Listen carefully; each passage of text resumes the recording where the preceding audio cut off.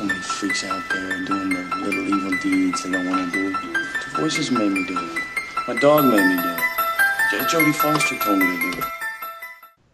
Hello everyone, welcome to Kill the Cast. My name is Jerry, and joining me is the ever-quotable Jay. What's in the box, Clarice? Just like when we did the last Horror Coliseum show, I was very interested to see what combination you were going to go with. And joining us also is the Silent Hill biker himself, the man who always has a .5 on it, Kenneth. Ooh, yeah. Kenneth rolled up to the review like, I got .5 on it. You know, I thought about doing that, but then I was just like, Jerry would be a lot more smooth singing that than I would. I can't sing worth shit. I don't even know why y'all let me on this show. Yes, we are doing Horror Coliseum number 2 for show number 30. Guys, this is show number 30. Wow. Believe it or Really? not. Yes. I did not even put that together. Because That's pretty cool. last show interview with Dave Z of Exploding Heads was number 29. So this is number 30. 30 usually Yay. comes after 29. I You know, didn't that. I actually had to Google to make sure that was true. I really didn't know. So yeah, we're doing Horror Coliseum. So last time we gave the championship belt to The Thing. It crushed Alien for best sci-fi horror movie of all time. Today we're going with Kenneth's favorite word, the best 90s thriller of all time. Who is going to get the championship belt? We have in the left corner. I just blinked at the name while looking at my piece of paper that has the fucking name on it. I am that good as a host. Silence of the Lambs. And, and in the right corner, we've got the underdog, the gritty 7. Spelled with a 7. Yeah, no, it's spelled Se7en, which is fucking stupid. A 7 doesn't even look like a V. Did you know there's some Korean pop star named 7 who uses the same spelling? When I was trying to make that picture today, I kept getting pictures of him. And now you're turned on for life. Because who doesn't love a young Korean boy? No, the only young Korean boy for me is Top. Shout out to all my K-pop fans. If you ain't fucking with Top or G-Dragon, I don't fuck with you. So that is our battle today. We will crown one of them the winner. One of them will walk away with the championship belt. And if you haven't heard the last one we did, let me break it down to you. We are going to talk about each movie, give our personal ratings like we always do, which is 1 through 5. Personal Personal ratings. Personal sorry. ratings 1 through 5. I was getting confused. But then we will go into a technical rating broken down into categories that'll be 1 through 10, add it all up, and see who wins. And we will have a winner, and y'all will know who it is, and I will keep talking. Oh, man, I just burped, and it tasted like semen. I'm not sure why. So, Sorry. with that being said, before we get into that, let's check in on everybody. Jay, what have you been up to? Not much. I went to go see my favorite horror-themed band last weekend. Did you Wednesday 13. Did you twist your sister? The only music I know by him is when he was fronting Murder Dolls in that first album. That's it. And No, he doesn't sing that one. He doesn't twist his sister anymore? No, not there. Oh. He has a new album, so he sang a couple songs from that and some of the older stuff. Hey, is he So that was still- a good time. Is he still beefing with the lead singer of Dope? Are they still having feuds? Or are they finally give Not that shit that up? I'm aware of. I just remember they were beefing for a long time, and I was like, why? Y'all look exactly the fucking same. No, they don't at all. Oh, they both look the exact same. Oh, Edsel Dope looks like super strung out. Oh, and all the time. Wednesday 13 just doesn't look that bad because he wears proper makeup. Hey, he does wear makeup, so that's a possibility. Well, that's cool. That was a good show. Yes. You have it's a always you good have a show. Wednesday 13 tattoo, right? I do have a Wednesday 13 So tattoo and several pictures with the guy. Yeah. Is that your favorite band of all time? I mean, you got a tattoo. So It is. It is? I didn't discover him until these last 10 years. A friend of mine got me really into them, but then their music is good. Helped me through some rough times. even though it's mostly silly. It probably didn't mean it that way, but it did, and so Yeah, they just mean a lot to me. fair enough. So Kenneth, what have you been doing? Working, getting school supplies for my kid. I got my bike back on the road yesterday, which was really awesome. So I went riding my Harley for a while. And then I went over to a buddy of mine's house and shot guns. So if I'd have got a blowjob in there, it'd have been a perfect day. America. Woo! Very nice. And you're still going through Game of Thrones, which is always good. Yeah, I kind of slowed down on it because I discovered the Boomerang app. So I've been watching a lot of cartoons. And then I'm having to watch these movies. And a buddy of mine bought me the Friday the 13th game. So, yeah, I played that just a little bit. But I have to say, as much as I love Friday the 13th, the game, I was really excited for it. But I'm not as impressed with the Friday the 13th game as I am by the Dead by Daylight game. Yeah, I was about to say, Reese has been playing the shit out of that Dead by Daylight game. She's been waking up early in the mornings and playing it before work. Right. And it's just... Dead by Daylight doesn't have as many glitches as the Friday the 13th game has. That's, but I give them a little leeway on the glitches. Plus, but at the same time, you have more choices than the Friday the 13th game. Yeah, I mean, and then on top of that, when I was playing the game, the Jason that was chosen was the Nintendo Jason. Oh, that's dope. And but wait, you hear music when Jason gets close to you, and the music that came up was the music from the Nintendo game. It took me completely out of the game.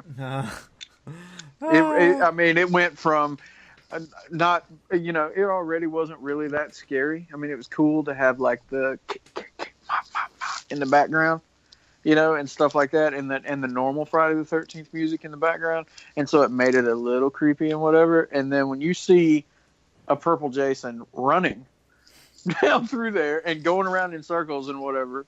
And then he gets close to you, and you hear that old 8-bit music. I mean, it's like, okay. Does he box you? Only if you're black. Oh, I was making a reference to the game, not Friday the 13th Part 8. Because the NES game, he boxes you. And then on top of it, like I said, the glitches, like, if you're standing inside of a cabinet, and he gets you through the cabinet, the axe comes through, and you don't see the cabinet bust up or anything, and then pulling you back through, you come through the cabinet doors, and the cabinet doesn't bust up or nothing. They've got clipping issues.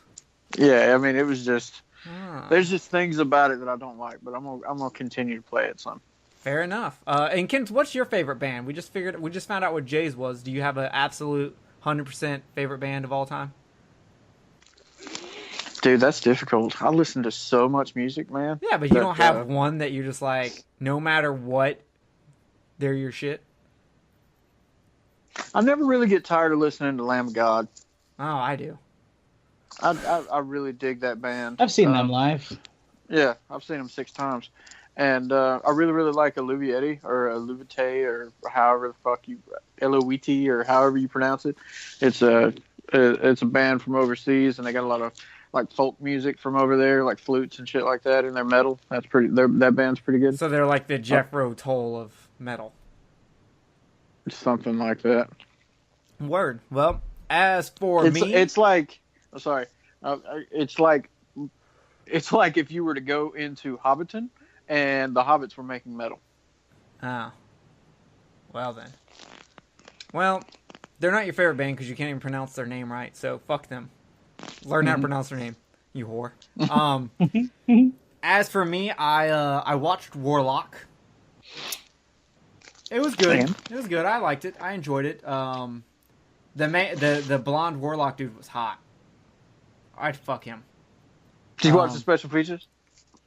No, I haven't watched. He ain't hot no more. Oh, I'm sure he's not hot anymore, but he was hot. Like a crackhead. He was hot then, damn it. So I watched that. I finally got my other half of my Scream Factory sale in. Me too. All 2 movies. Yeah. One the week after, one last week. Yeah, it took them over a month to give me the second half of my order. And I placed an order for the Arrow sale that just went on. But I don't know when I'll get those because it's from England. And other than that, I think that's I've been watching Sons of Anarchy because I made a deal with Kenneth. If he would start Game of Thrones, I would start Sons of Anarchy. So I'm at like episode 11 of season 1. I stopped watching it so I could come record this show. Yeah. And I like Sons of Anarchy. It's no Game of Thrones, but I like it. And everyone should know my favorite band is Every Time I Die, so I don't need to get into that. So, yeah. Without further ado, let's get into this and let's talk a little bit about Silence of the Lambs, the critical darling, as it were. About everyone loves this movie. It has so many awards under its belt, it's not even funny. So, who wants to go first talking about Silence of the Lambs? You know what's funny? I'm going to start this off like this because that's who I am. I like both Red Dragon and Hannibal better than Silence of the Lambs. I like Red Dragon better than Silence of the Lambs, but not Hannibal. I agree with you, Jay. Hannibal was okay, but I don't know. I just like seeing Hannibal do his thing, and since he's a prisoner in both Red Dragon and Silence of the Lambs, actually seeing him as the main focus of being the villain was fun for me. Yeah. Fair enough. So, with Silence of the Lambs, this movie, holy shit, this movie is a really, really good crime thriller, but there's literally no mystery to this movie. I agree. Everything, and my scores reflect that. Yeah, everything is kind of laid out for you, but there's something I want to give credit to this movie for. This movie does not waste a single scene. The pacing for this movie, to me, is actually really good. And one of the things I really like, they don't hold your hand in this movie. If you're paying attention, you will see everything. For instance, you know how Hannibal Lecter got the piece of the pen to, pick the lock and stab someone. You saw they pan across the knife that you know he's gonna pick up. You done there, Kenneth? Yeah. Sorry. Quit blowing the microphone, Kenneth. Damn it! I told you I'd give you the dick later. Actually, I was just scratching my head. I don't know what happened. Well, next time take my dick out of your mouth before you scratch your head. That was terrible. Anyway, so even they show you the knife that Hannibal Lecter is obviously going to pick up before he, goes and starts stabbing them. But they do it in a way where they don't focus the camera right on it. They just pan across it, and you notice it there, and they move on. Just like later on in the movie, you know that Buffalo Bill has a gun because there is a scene where they're looking at Buffalo Bill on the phone, and there is a gun on the stove. And then afterwards, when Clarice walks past the stove to chase Buffalo Bill, the gun is gone.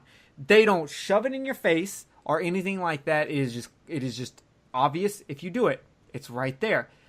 That is something I have to give a lot of credit for this movie before, because I feel like a lot of movies would have zoomed into the gun, showed him picking up the gun, all that kind of shit. And this movie did not feel the need to do it. That is how a lot of directors treat their audiences nowadays. You are definitely right. Yeah, and I just think it's wonderful that they did not have to do that. But I do want to also point out something. Whoever was the costume designer of this movie, at no point do you need to make someone wear a turtleneck and a sweater. That's fucking redundant, okay? I don't give a fuck if it's the 90s or not. You don't need a turtleneck and a sweater. Sorry, I had to point that out. I also had to point out, I can't believe someone wanted to kill a president over Jodie Foster. I just can't. I don't see her as hot enough that someone falls in love with her enough to want to kill the president. That pussy is not good enough to kill the president. I'm sorry, it's not. Throwing it out there. Okay. You don't know that. I do know that. I know. Do you know, you would have to be the kind of crazy that Brad Pitt talks about in Seven to want to kill the president over someone as plain looking and who has a nose that could stab your eyes out as Jodie Foster. Jodie Foster's not bad to look at, but I mean, I can see someone wanting to kill the president based off the looks of Kate Upton. Like, oh, if I kill the president, fucking Kate Upton's gonna blow me.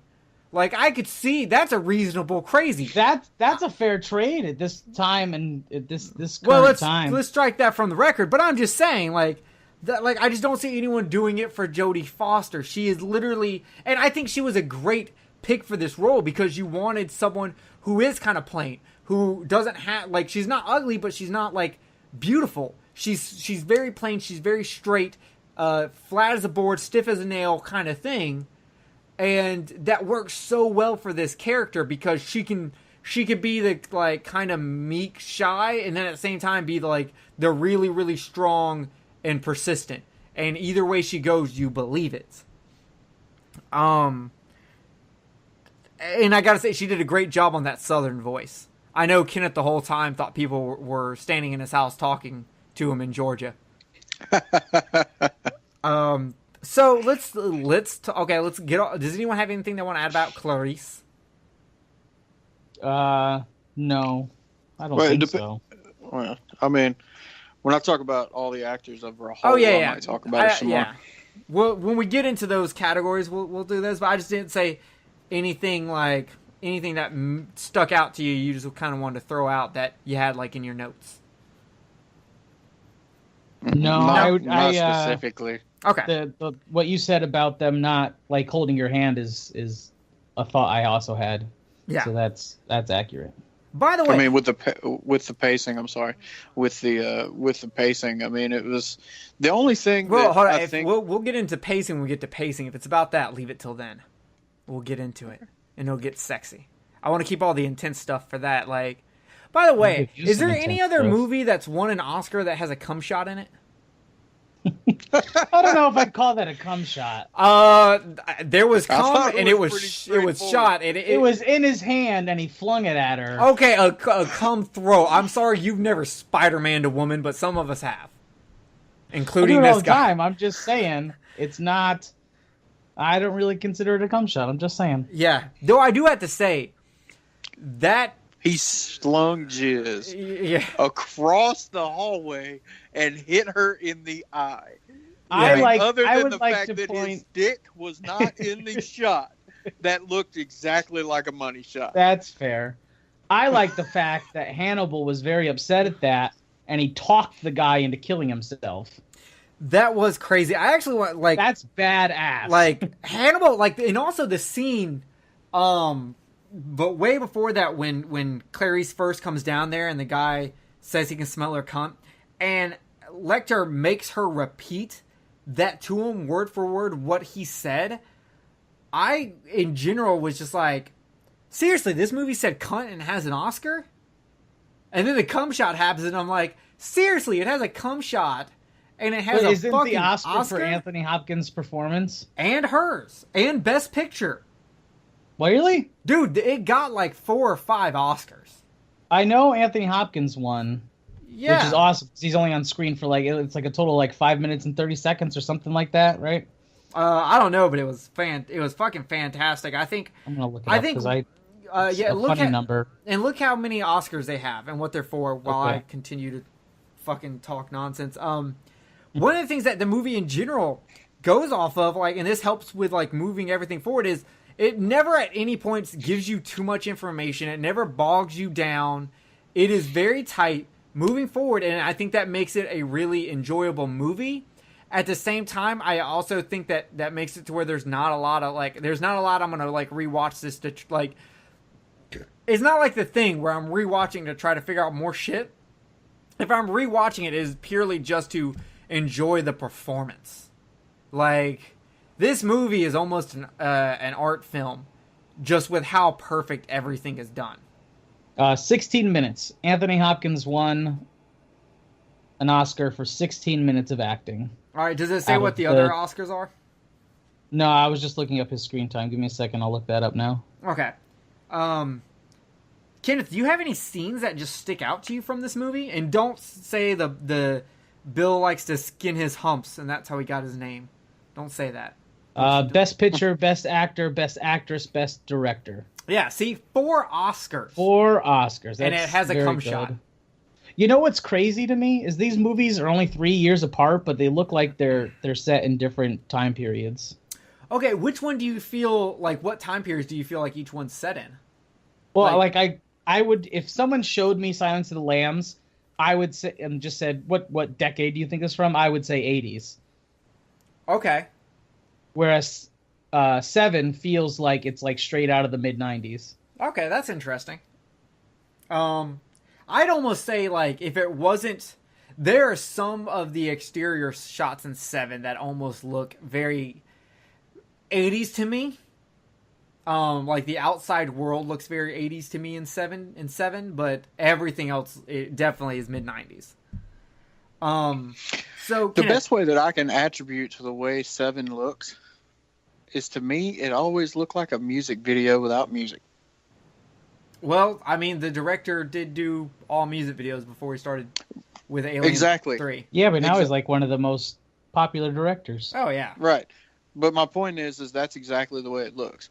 It has that 90s music video feel versus Silence of the Lambs. Silence of the Lambs has that solid, this is a very serious movie, I guess I would probably have to say late 70s, early 80s look to it. No, I see. Okay, Silence is definitely the better made movie, but the problem is it's all so simple.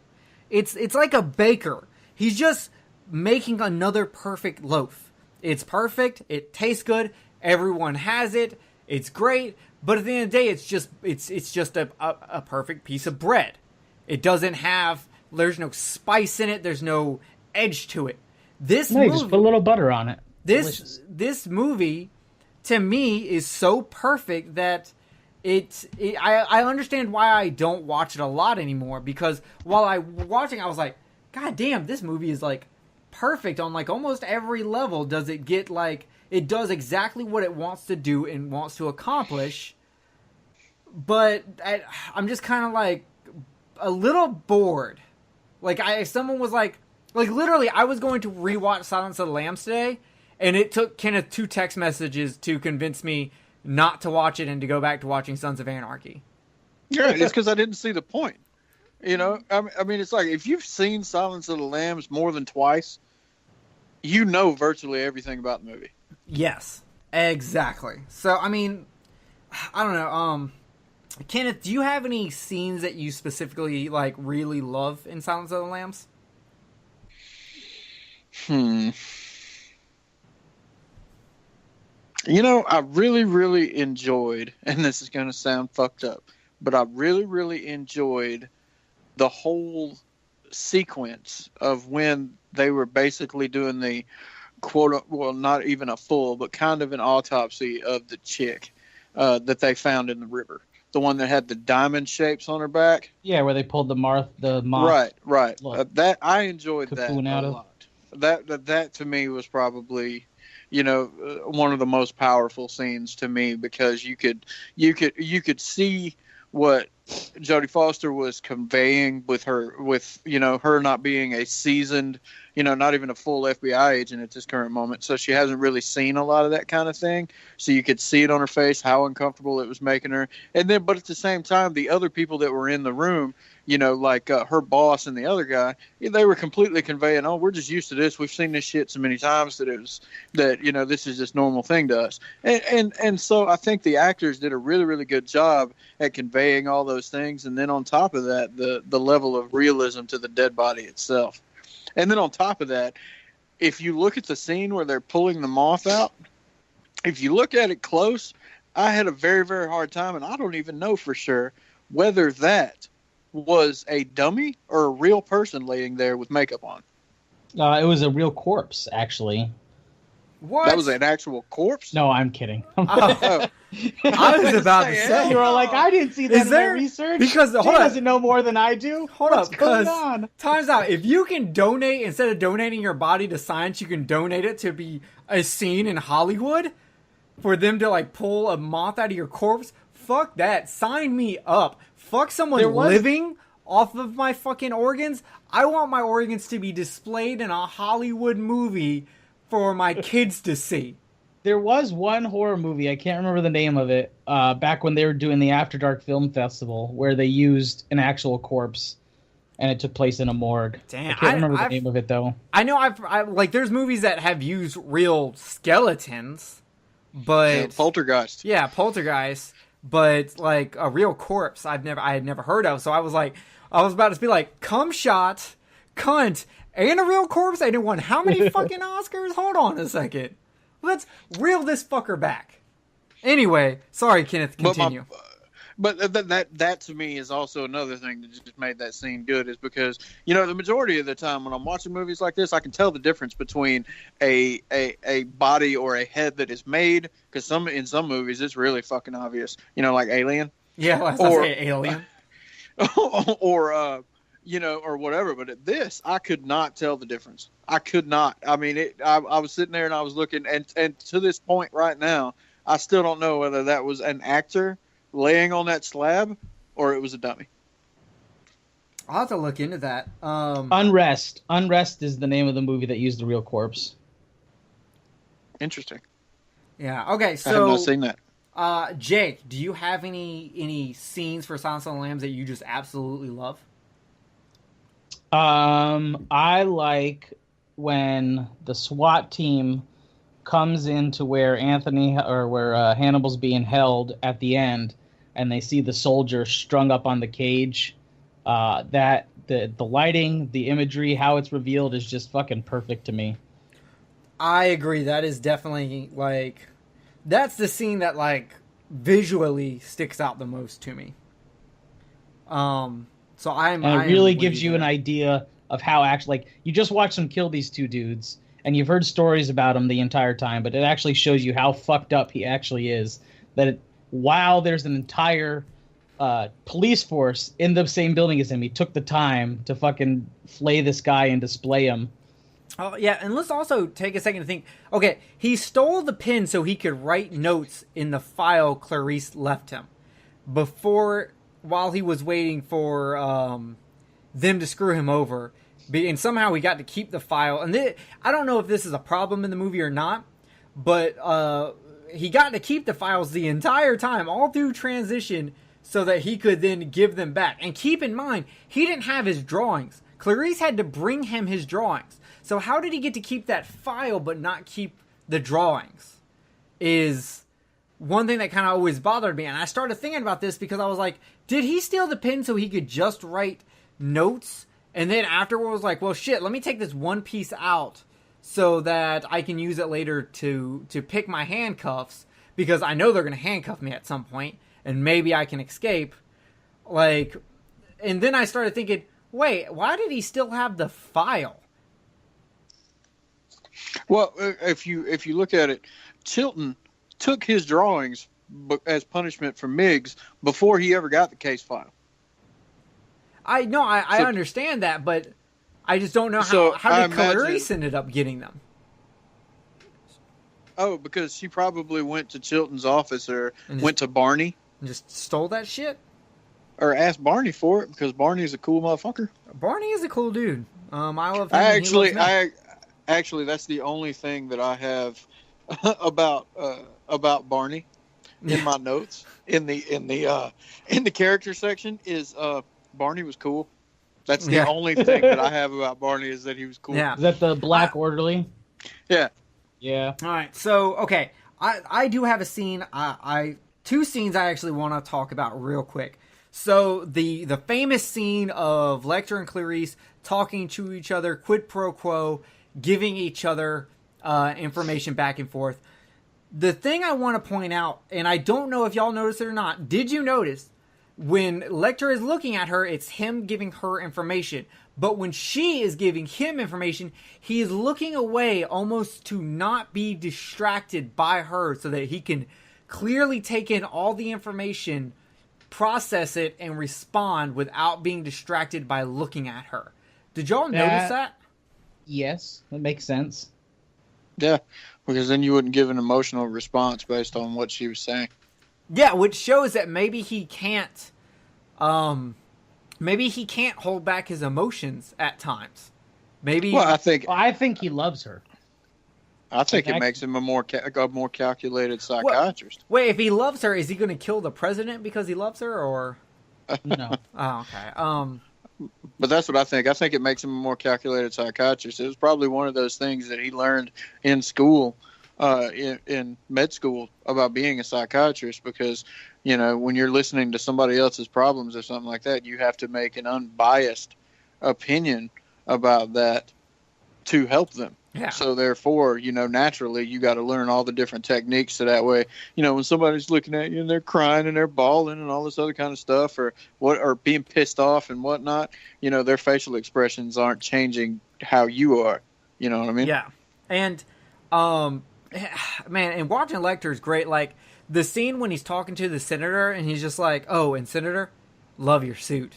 And then his like the way his eyes look, I was just like, damn, but it's such a small scene, such a small line, but how he delivers it, the look in his eyes is just like, holy shit. Well, that's why he won an Oscar. Yeah. So another big scene that I think we need to talk about is the Goodbye Horses scene. Not only have I done this to Kenneth, yeah, you have. but I want to point out the back and forth going between Bill and Catherine. Bill is performing. He's all clean. He's all prettied. Then you go to Catherine, and she's all dirty and desperate, trying to get this dog. Even if you look at the music used in the scene, "Goodbye Horses," compare that to the music that she had when she was just driving, "American Girl." Like, those are perfect song selections to cap. Like, she is an American girl. And unfortunately, she has the tragedy of America happen to her. She helped someone and is kidnapped and is taken away.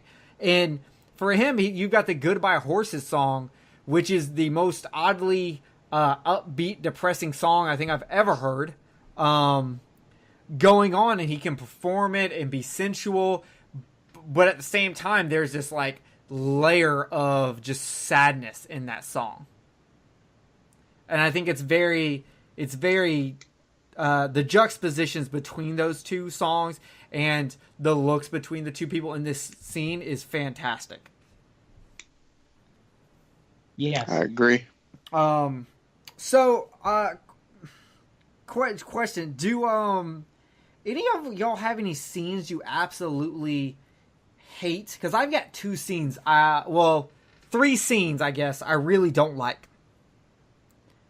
Do y'all? Let me think. I'm gonna have to think on this one. Kenneth, do you have any, or do you want me to just go into one of mine? Scene that I absolutely hate for this movie. Yeah, because I've got three scenes that I don't know. Maybe I don't necessarily hate, but there are obvious flaws in this movie, and in a movie as perfect as this, they stand out. And one of them is, okay, so I really like in this movie how, as the movie goes on, you find out more and more about Bill. You slowly get more peeks inside of his life. So, towards the end of the movie, there is a scene where Clarice is going through a house, and somehow, out of nowhere, she just walks up to this music box and opens it and finds the information she needs. There's nothing to clue her in about this music box. She just picks it up. Well, I mean, if you're looking around something, I would look inside of it. I kind of agree, because, you know, what would... But then again, the more that I think about it, you know, you would want something, like, if you were that chick, something that means a lot to you, and apparently those pictures meant something to her, you know, putting them in something. It's like a very, very small hope chest, but not for hope. It's just things that you want to keep or whatever. I mean, I guess normally music boxes have a very emotional attachment to the person, or the person has a very emotional attachment to the box. So putting them there, I guess, makes sense. But at the same time, you know, for her to automatically go to it without looking at anything else, I get what you're saying. But, I mean, Yeah, I mean, I guess I just feel like it's probably more time constraints of the movie than anything else. Yeah, that's a good point because they Like can't have her she's looking shown through she's everything. a good. She's shown she's a good detective, you know, top of her class, all the grades and all that other shit. So they're just like, well, you know. Yeah, I mean they can't have her looking through everything, and I get that. I just was kind of like, what the hell? Another scene that I have an issue with. Where is it in my notes? I know it's here somewhere. Fuck me. Where did I just had it? Now I lost it. There was another oh, y'all know when she arrives at that storage unit? Mm-hmm. For a top of the class FBI agent, why the fuck is she not wearing gloves? Going through all this shit, pulling out a napkin to turn stuff. Bitch, why are you not wearing gloves? You should know to be wearing gloves. That should have been the first thing on your fucking agenda, is to wear gloves. My thing about that. Okay, there you go. That's a scene that really pissed me off. There you go. It's not about the gloves though. This is an FBI agent that's fixing to go into a building that nobody else has supposedly been in. Have no idea what the fuck is in there, and there's not a cop with you. Any form of backup other than an old man and a driver? Really?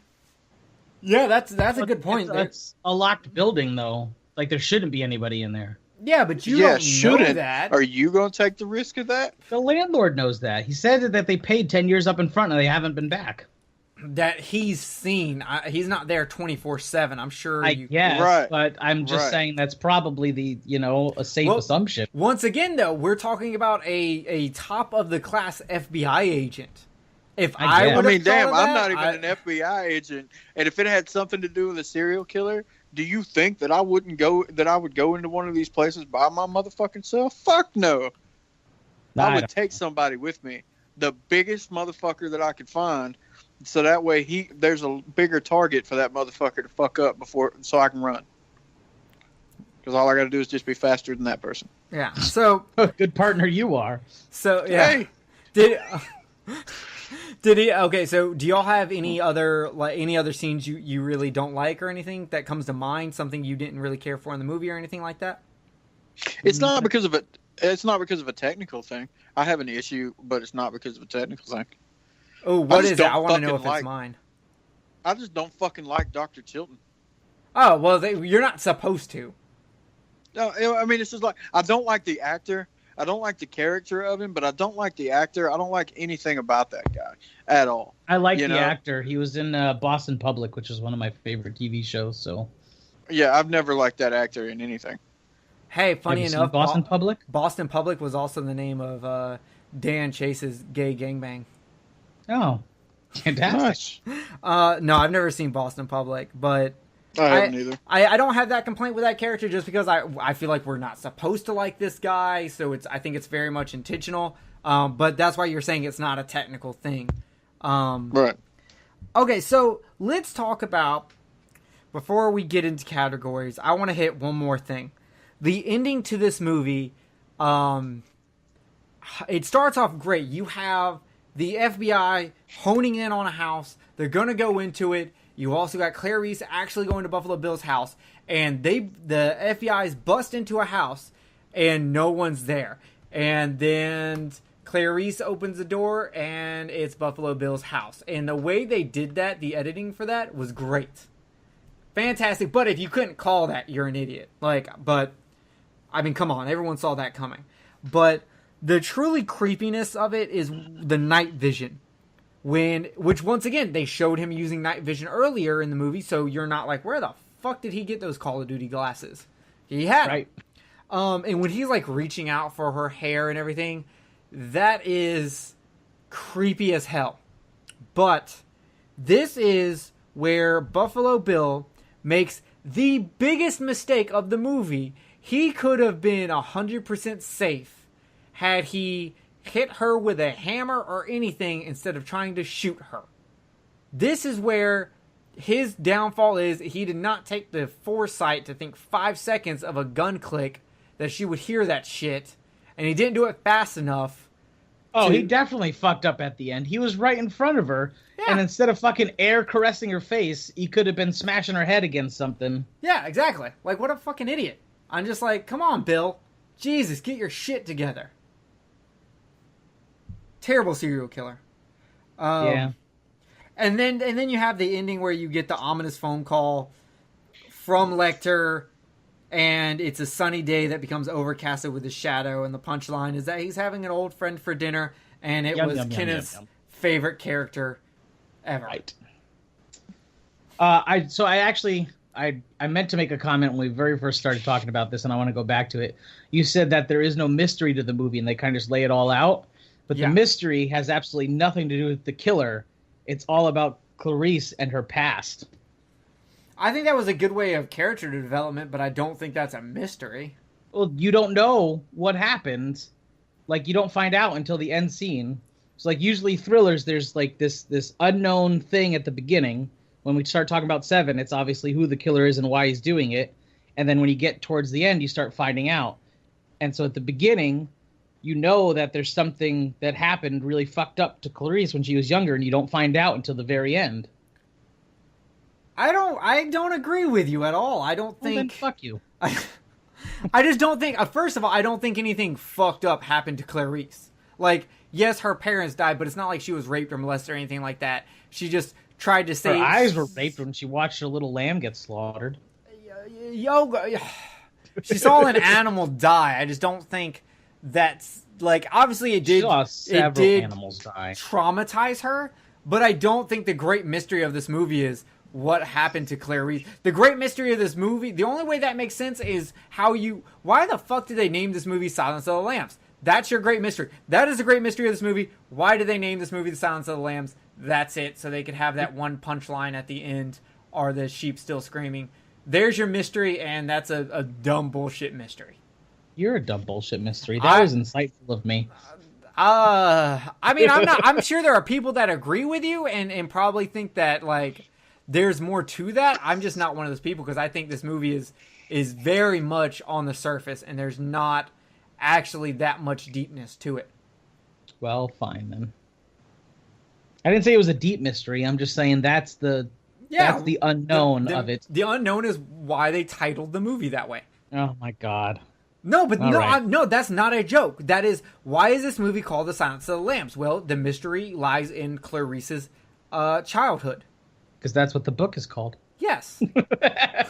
That's why. Kenneth, where do you lay in? Where are you at on this? Yeah. That's where you're at? Yeah? Wow. No, I mean, I think the movie, when it really comes down to it, I think the movie is just, I agree with Jerry. The movie's pretty straightforward. It's linear. I mean, it's like, to me, I don't see any mystery with it whatsoever. I mean, it's this happens, this happens, this happens. You know? I mean, I agree with Jerry. All right. Except for the mystery of why it's called Silence of the Lambs, because, it sounds cool. There's your answer. Do you like Manhunter or Red Dragon better? Red Dragon. Red Dragon. As a title, I'm not talking about movies. Obviously, Red Dragon. Red Dragon. Okay. Even as a title, Red Dragon. That's fine. I just wanted to clarify. Manhunter sounds like Dan Chase's other gay porno. Okay. But I agree with Jay that Hannibal and Red Dragon are two better movies than Silence of the Lambs. Let's just never, ever, ever, ever, ever talk about Hannibal Rising. I don't even know what that is. So, good. Let's get into these ratings, boys. Story. Who wants to go first on story? Do y'all want me to pick as we go throughout, or does someone want to volunteer? Someone go first for this one while I pull my little note file up with all my scores. And by little note file, he means his penis. Yes. Okay. I'm ready now. Kenneth, what do you rate story here? All right, so the story for this, I gave a 7.5. And the reason why I gave it a 7.5 is exactly what we were just talking about. It's straightforward. There's no mystery to it to me whatsoever. I mean, it's a straightforward story. It goes through, it's not this, grand fucking, messed up, pretzel of bullshit. It's just there. Here it is. Watch it. Enjoy it. We're done. You're a pretzel of bullshit? Yeah, I mean, but that's just what I think about it. And then on top of that, the difference. I wanted more backstory of why Buffalo Bill is the way he is. I wanted more of that. Because the things that, like, when Clarice is riding in the car, and she's riding in the car and she's in the back seat, and her boss turns around and looks at her and says, "What do you think?" And she's trying to give a profile. Those are things that are, that are in there and that are good things. But I want more. I want to know more about Buffalo Bill. What's going on with him? What pushed him over the edge? Was he abused as a kid? So on and so forth. I mean, these are things that I like to know about a serial killer in this style of movie. Okay. And the same thing. You should watch Criminal Minds. I love Criminal Minds, and that's the reason why I want more, because I've watched that show. And the same thing with Hannibal. For this particular movie, because when we get into Hannibal, we learn a whole lot of shit. But with this movie by itself, I want more about him too. To be fair, and I know this doesn't have any effect on your score, but to be fair, since all three of these were books before they were movies, and they started with the second book, we kind of get fucked. I've never read the book, so I can't really say anything on that. Well, no, I'm just saying though. But he's saying he wants to know more about Hannibal. No. He wants to know. No, he wants to know more about Buffalo Bill, not right. Hannibal. No, I said the same thing with Hannibal. Yeah, if I look at this as a standalone movie, and actually at the end of a couple of my notes I've got, I need to read the book. Okay. Must read book. Yeah, so I can have more. But I say the same thing about Hannibal. But this is a standalone movie, disregarding the sequel and the prequel. Disregarding those two, I would want to know more about Hannibal. Right. The most backstory that we got, to me, is out of one of the weaker characters, because you got more out of Clarice, and I think Clarice is a weaker character. She's there and she has her place. I'm not denying that. But the two most powerful characters are Hannibal and Buffalo Bill, and they've got the weakest backstory. Okay. And the weaker character has more of the backstory, which is strange to me. Well, she's the main character, though. And we'll get into that when we get into pacing, because I don't look at Buffalo Bill or Clarice as the main characters. All right. So Jay, what's your score for story? 8. Same reasons. It's super straightforward, but it's very enjoyable. It's well written, All right. I am at an 8 also. The thing about it is, the story's fantastic. There's not like any real plot holes. It gets the point across without having to give you a ton to think about or to look into. It's not getting too big for its pants. It's not overachieving. It's a story that is straight to the point, gets you there, and at the end of it, I feel satisfied. I wish there was more of a mystery? Do I wish I knew a bit more about characters? Yes, I do. But at no point can I really say the story is bad. So while there are things I wish that they would do to improve the story, there's nothing I can really say about the story that's negative. So I can't. I even had to drop my score a little bit, like right before we started going on, and I was like checking my scores, and I was like, I'm a little too high on this because there is no mystery. Which is why I brought up the mystery, or that there is no mystery. So I'm at an 8. So we're all pretty much on the same par there. So Kenneth, you had a lot to say about characters. So next category, characters and development. What you got? My score is an 8 for the characters. Okay. Hang on, let me get through my notes here, because you're going not in the same order that I wrote everything down. Yeah, that's my fault. By the way, I changed the order and forgot to tell the guys because I was trying to make it more properly streamlined. Because I'm an asshole. You're properly streamlined. Yeah, in your mouth. Yeah, baby. And my characters with, and like I said, my score is an 8. It goes back to the exact same thing. It goes back to, I wish there had been more backstory. Other than that, the way the characters were portrayed was really, really good. But I feel like that the main character in the movie, and I think it was unintentional, but it happened that way. For 16 minutes of screen time, information given to us by Jay. For 16 minutes of screen time, I feel like Hannibal was the main character. I mean, and think about it. You know, if you really look at it, you've got the relationship that starts and gets going between him and Clarice, for whatever it is, however you want to look at it, whether him falling in love or whatever. You've got that.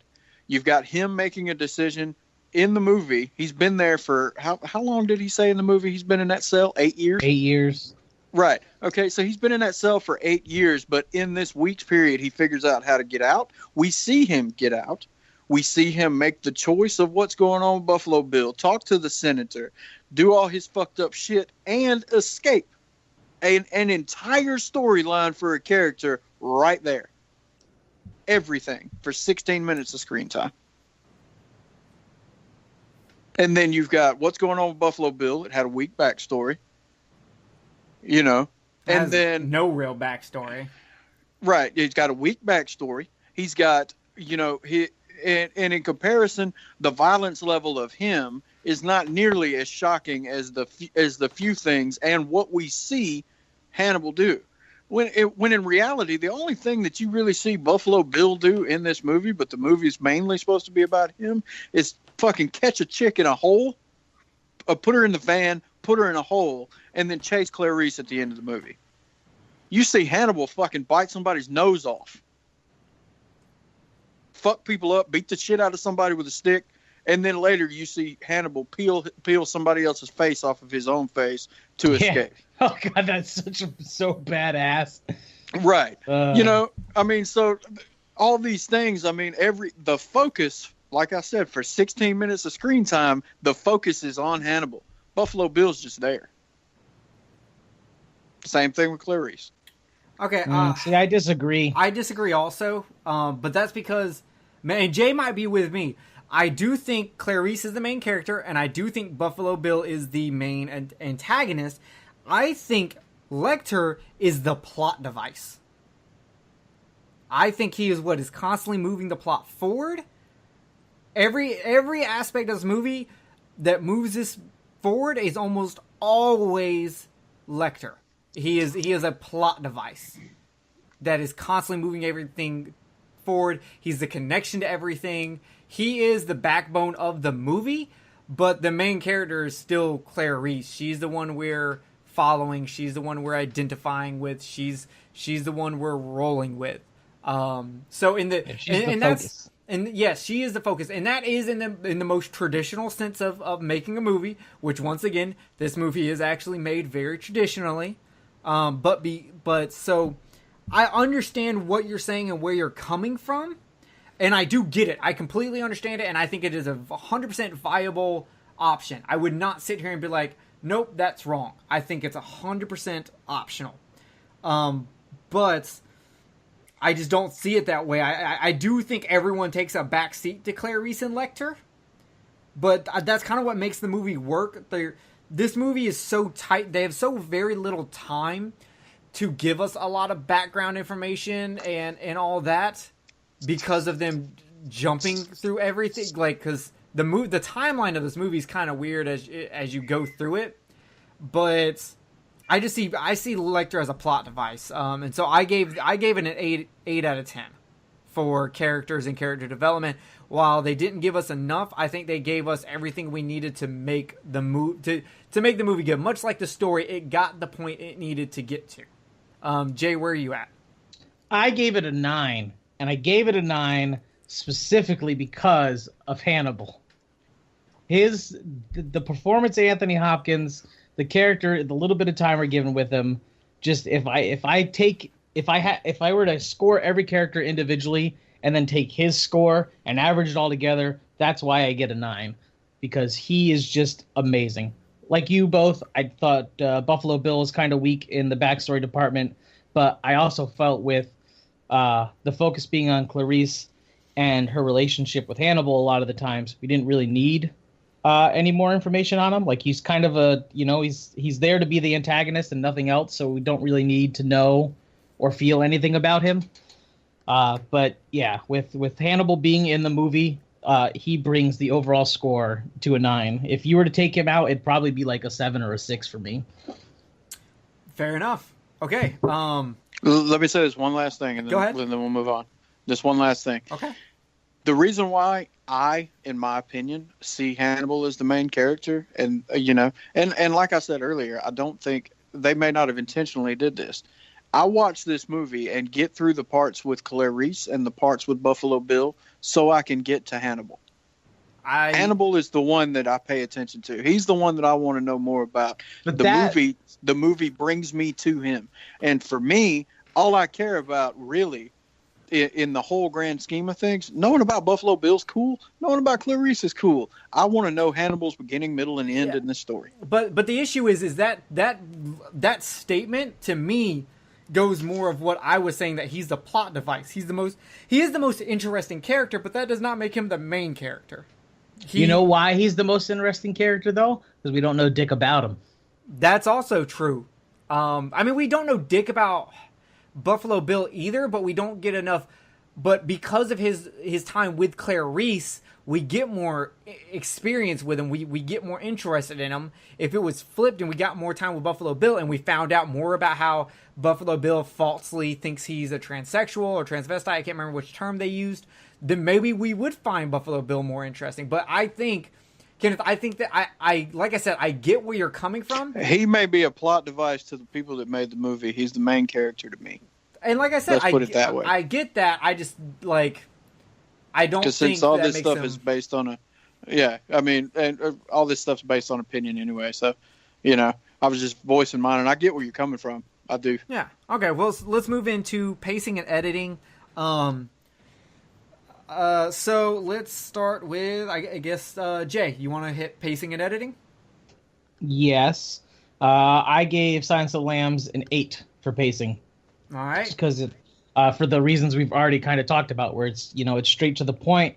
I don't feel like any of the scenes or dialogue was wasted. It all adds to something, and just helps move the story right along at a very enjoyable pace where the movie didn't drag at all. Okay. Kenneth, where are you at?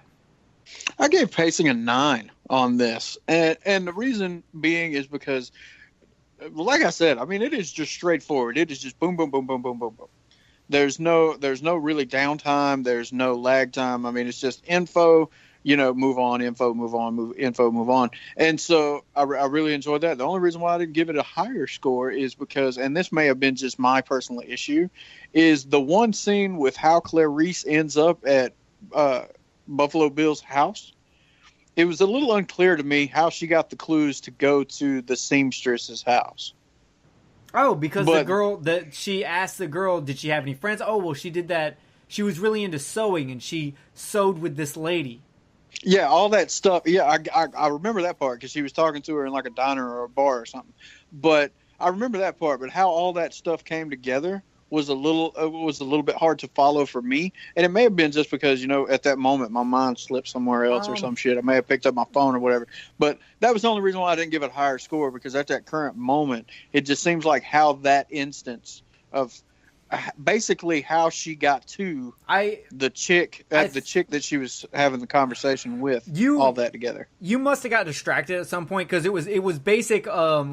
Basically she went back to the beginning to investigate the first person. It just kind of re-went through what the cops would have. She checked her house. She found the pictures. So she's like, okay, maybe one of her friends would know about these pictures. She went to where she worked at that diner and talked to someone who worked at that diner. So yeah. Okay. But I also gave it a 9, and I have a better reason why it should not be a 10.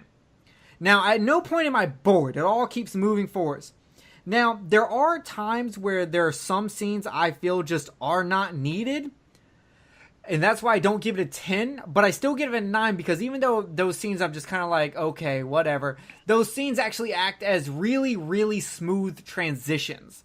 The flow of this movie is so smooth because of how they properly use transitions. I really can't think of a movie that does a better job with transitions than this movie, because every scene I would be like, that's a throwaway scene.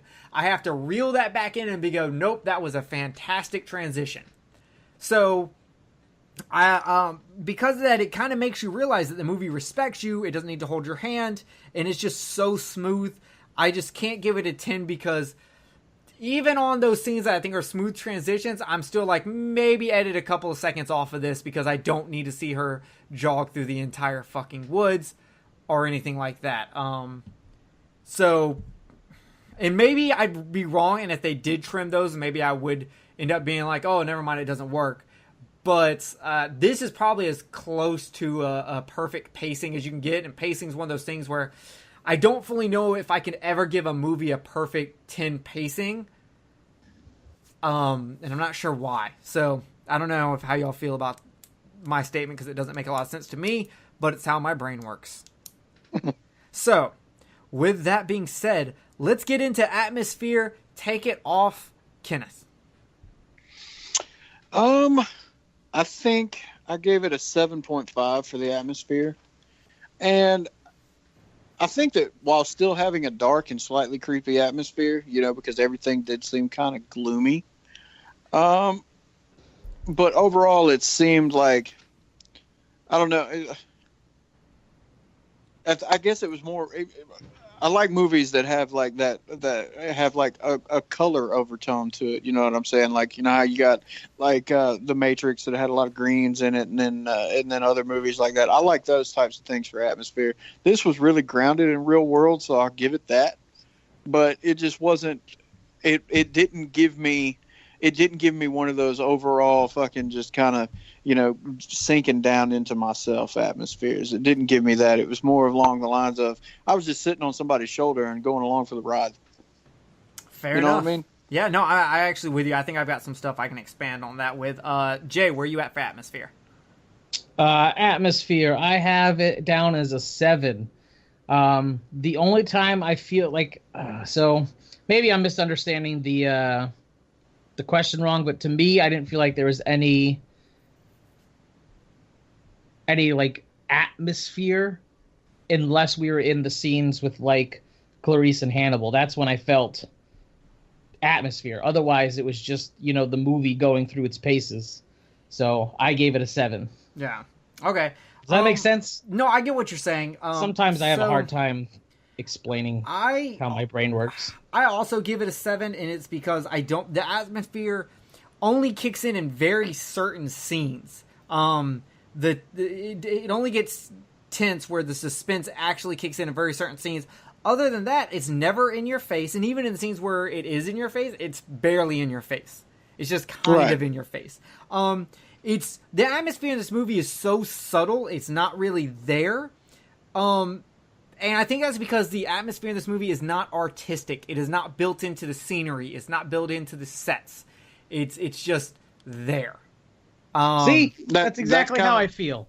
You explained it way better than I could. Yes. Yeah, and that's kind of what I meant by, grounded in real world, where I was just kind of sitting on somebody's shoulder and enjoying the ride, because it's like, that's the reason why, that's kind of what I meant by it doesn't make me feel like sinking down in myself to get away from things, Yes, exactly. And that's why I said I think I can add on to what you said, Kenneth, and luckily my adding on actually kind of was what Jay was thinking, so that kind of ended perfectly. Right. All right, so now we get into scenery and set design. Jay, take it away. We'll throw it to Jay. 8. I have scenery as an 8. Just everything looked fine. I mean, it wasn't anything crazy spectacular, but there wasn't anything terribly bad about it. All right, Kenneth, where are you at? Simple. I got a 9 on the scenery, and the reason why I do is because I really enjoy the real world aspect of it. Like, I'll give you a specific reason.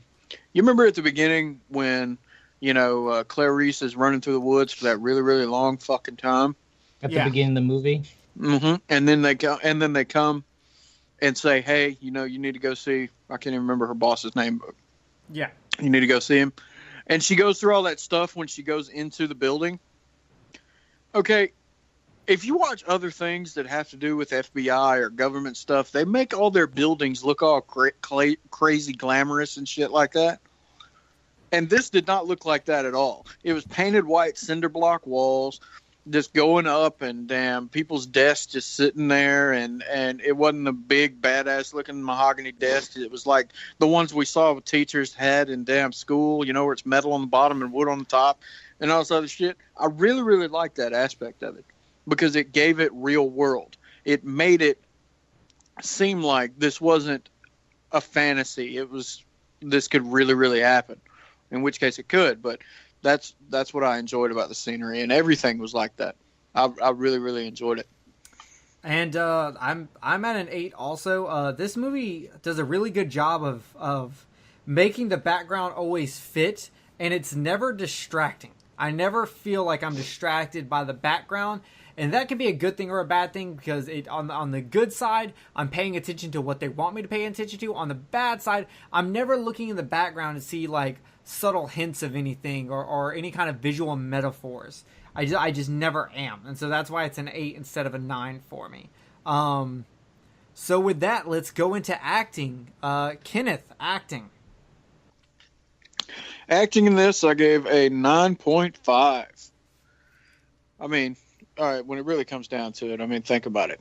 You know, you got the actors that are in it, if not anything else, Anthony Hopkins. I mean, you got Anthony Hopkins in this. You got Jodie Foster, which Jodie Foster I think is a great actress.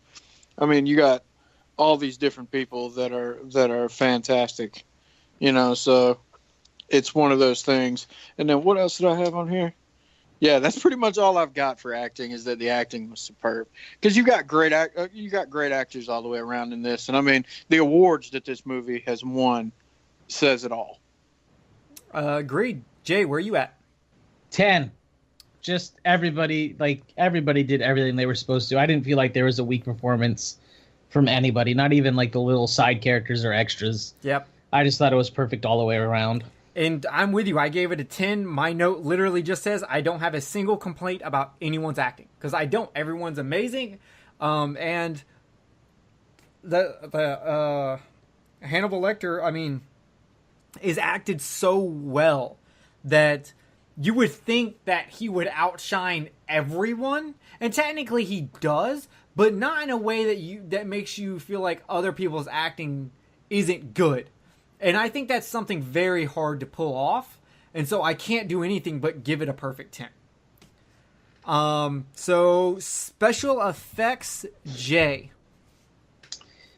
There wasn't really much until the end that we really had to deal with special effects. I gave it a 9 because when we actually finally had stuff that we needed, it was awesome, like him pulling the other dude's face off or putting that dude's body up on the cage. So yeah, so 9 for me. All right, Kenneth. For special effects, I got an 8.5, and I put, even though this movie didn't really have the effects that were like bam and in your face, they were still done very well and, you know, surprisingly realistic. I mean, so, you know, they're not the greatest. You know, and I think the reason for that is it's not like, you know, you don't see Hannibal Lecter, you know, cutting dude's face off. It looks really good on his face, but you don't see him doing it, you know. And the same thing when he's beating the shit out of the dude with the stick. Same thing. It was off screen. And so I think a lot of that has got to do with the reason why I didn't give it, you know, a higher one than what it did, but it still got pretty high. So, you know, I'm staying with a good solid 8.5. Okay, I gave it a 7 just because while nothing looks bad at all, they don't try for anything. There's nothing exceptional here. There's nothing like for me to applaud. So while they did everything good and I really don't have any complaints, I really don't feel like they tried hard on anything either. So that's an easy one. Next, let's go to kill and gore. Kenneth, where you at? For kills, I gave it an 8. And again, the kills are cool, but my biggest thing is that the majority of it was off screen. You know, I think the biggest thing that I liked about the kills themselves was the viciousness of Lecter. You know, like I said, biting somebody in the face, beating the shit out of the guy with a stick. You know, those kind of things. Those kills. I mean, it was good stuff, but the biggest thing I had a problem with is just it being off screen. All right, Jay, where are you at? I gave it an 8 as well. Mine, I didn't really have a problem with the off-screen stuff. mainly because we did get to see plenty of, for what the movie is anyway. Like, it wasn't a gore focused movie. We got to see plenty of stuff again, like when he ripped when he was wearing the other guy's face and he pulls it off. And the aftermath of his killing was there. So while the beating happened off screen, probably because they didn't feel like doing the special effects needed to show a beating on screen, we still got to see the scene afterwards. I gave the kills an 8, just because there weren't very many of them. Okay, I came in at a 5 because I feel like they cheated so many money shots that... No, the money shot was in there. We already went over this. Not that money shot. I feel like there's so many money shots that just that are off camera. They could have given us something. There should have been something, and they just never did. And I think that's the one thing in this movie that I find the most lacking, is that they could have and they didn't. So I think this is going to be one of the most interesting ones. Monster. Jay, go right ahead. Now, this is where I took liberties with deciding who this was. I gave Monster a 10 because I gave the title of Monster to Hannibal Lecter, not Buffalo Bill. Fair enough. Do you have anything else to add to that, or you just wanted to justify why it's Hannibal Lecter to you and Monster? Right, that's why it's a 10, just because he like, I feel like Buffalo Bill is almost... like you say, he's the antagonist, but I feel like he's almost a throwaway character. Where Hannibal, the stuff we hear about him doing in the past and the stuff we see him do is what truly makes him the monster to me. All right, Kenneth? All right, for Monster, I've got an 8.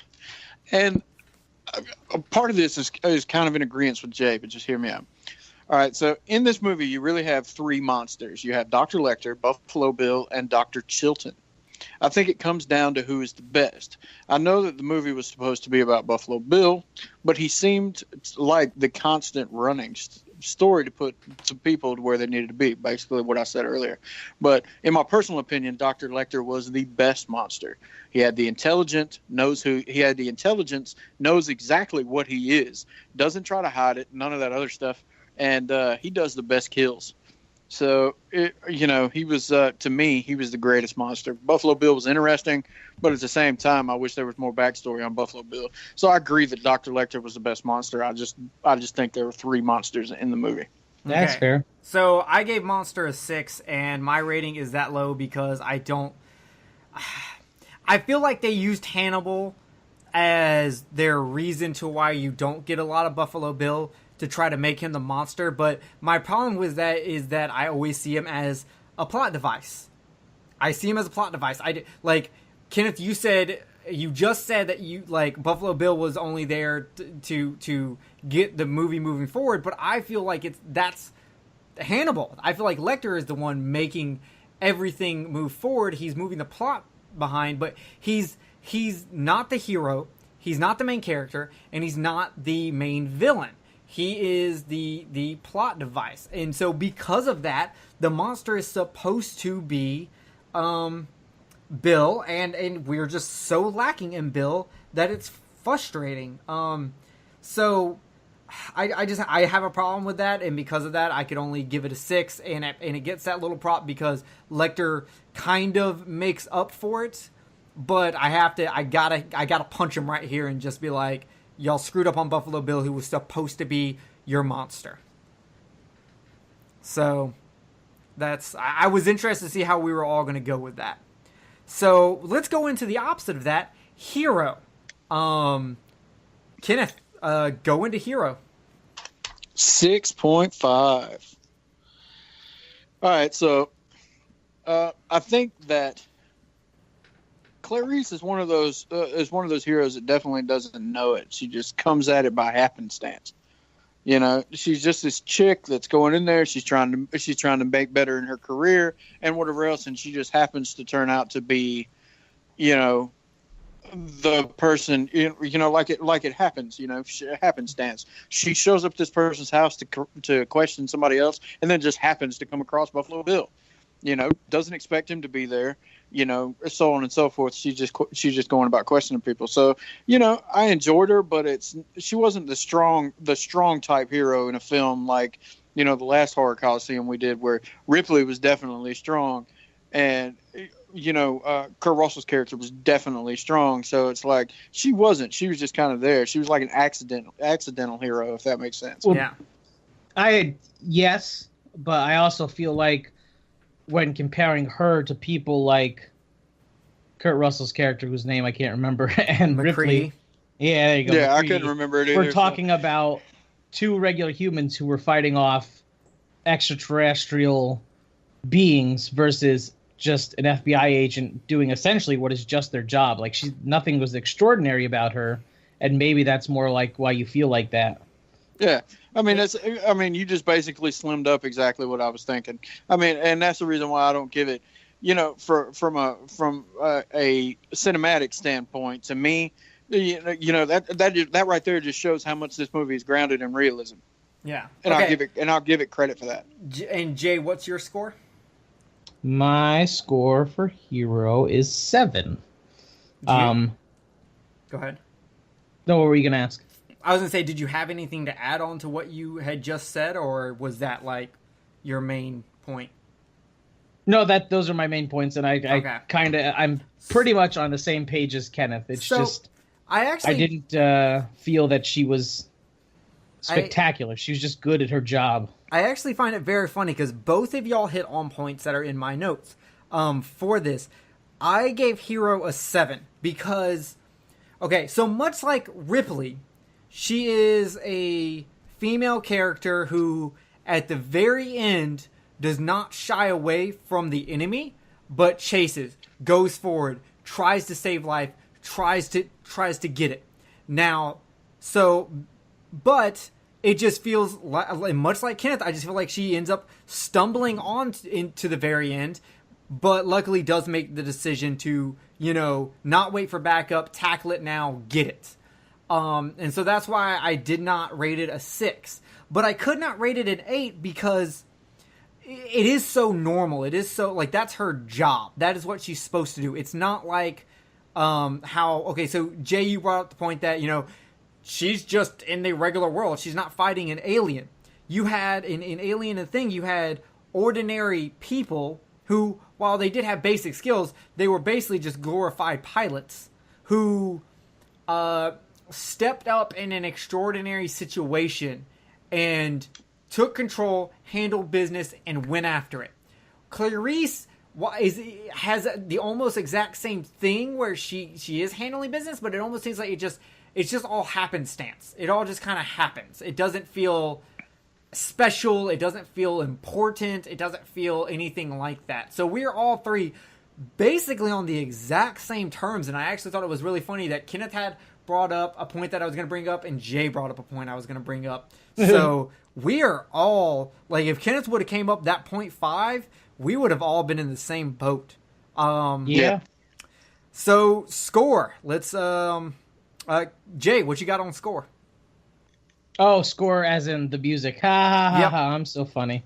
I was like, wait, we haven't gone through all the categories yet.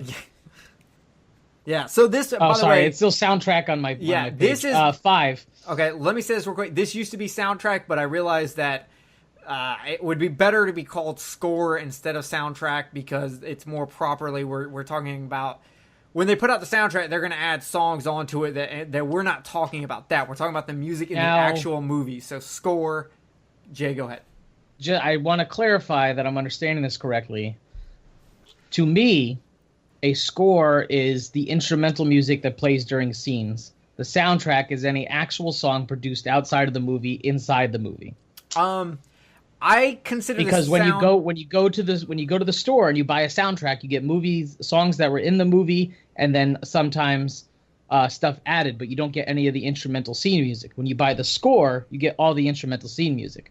So my score for soundtrack was higher because of the Goodbye Horses song.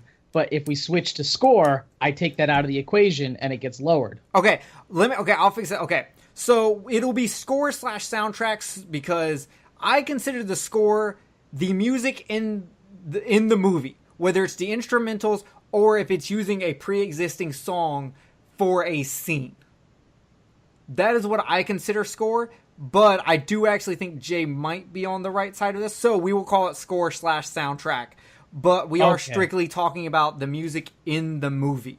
Then I'm going to fuck everything up because my number's not going to be the same as the one I sent you. Okay, change it right now and I'll fix your score. Go ahead. I sent you a 5. Yep. I'm going to change it to a 7 because I think the other actual music songs used in it were great. I think that the score part of it, the instrumentals, was forgettable. I didn't think there was anything amazing in it. Okay, fair enough. Kenneth. I gave it a 10. I gave it a perfect, because the thing about it is it's different for me, because I personally think that the music that was chosen by and I'm not talking about the songs, I'm talking about the actual, score. It is synonymous with that. Me, if I hear that outside of watching the movie, the first thing I think about is Hannibal, because I know it. See, there's none of that for me. There's no Jaws theme of Silence of the Lambs for me. I think and I think it totally has got one. And then on top of that, because I did score/soundtrack for both of them. You can't, and the reason why I say that is because you can't rate 7 just based on the instrumental music. You can't, because it's got a hell of a fucking soundtrack. So, damn, I did both of them. Do you mean the soundtrack outside of the movie, like the album, or are you talking about the soundtrack in the movie? The same thing. I mean, because you've got... I don't think we need to, like... I know this is, like, we really should be doing this behind the scenes, but I don't think it's fair, like... I'm not going to judge, like, the album soundtrack that comes out, and I'm only going to I only think we should be considering the music that is in the actual movie. So if there's a song that's on the soundtrack but it wasn't in the movie, it doesn't really need to be considered. Do you know what I mean? I guess, but, the 9 Inch Nails and the other stuff that I heard in 7. Yeah, no, I'm talking about in the movie is fine. I'm just talking about, like, when they put out the soundtrack. Let me give an example that might clarify this. Okay. Jet Li's movie, The One, has, like, 5 of the top, 2000s nu metal songs in it. But there's only like 5 songs. When you go buy the actual soundtrack from a store, you get like 11 songs, and it'll say something like music written for and inspired by the movie. So he's talking about just stuff within the 2-hour time frame of the movie is all we're judging. Right. Okay. And so, and that's the reason why I say 7 has got an amazing soundtrack, because it's got great songs in it on top of the instrumental stuff that was done for the movie. Agree. Okay. So let's get back on Silence. Right, and the same thing with Silence of the Lambs. They pick great songs. I mean, American Girl, Goodbye Horses. I mean, those are the 2 main ones that I can remember, and those are great songs.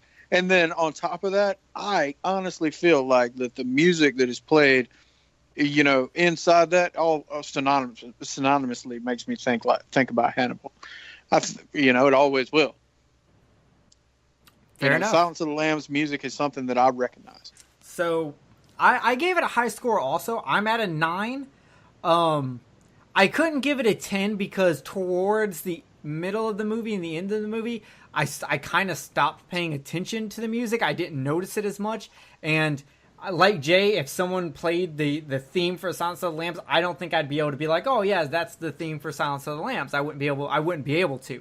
But at the beginning of the movie, the good first half of the movie, I was like, man, this music is just so fitting with the scenes, with the acting, with the scenarios that are going on.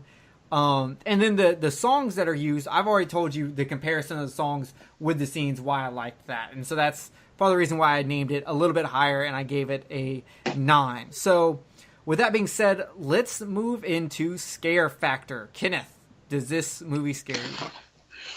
I gave it an 8 for the scare factor.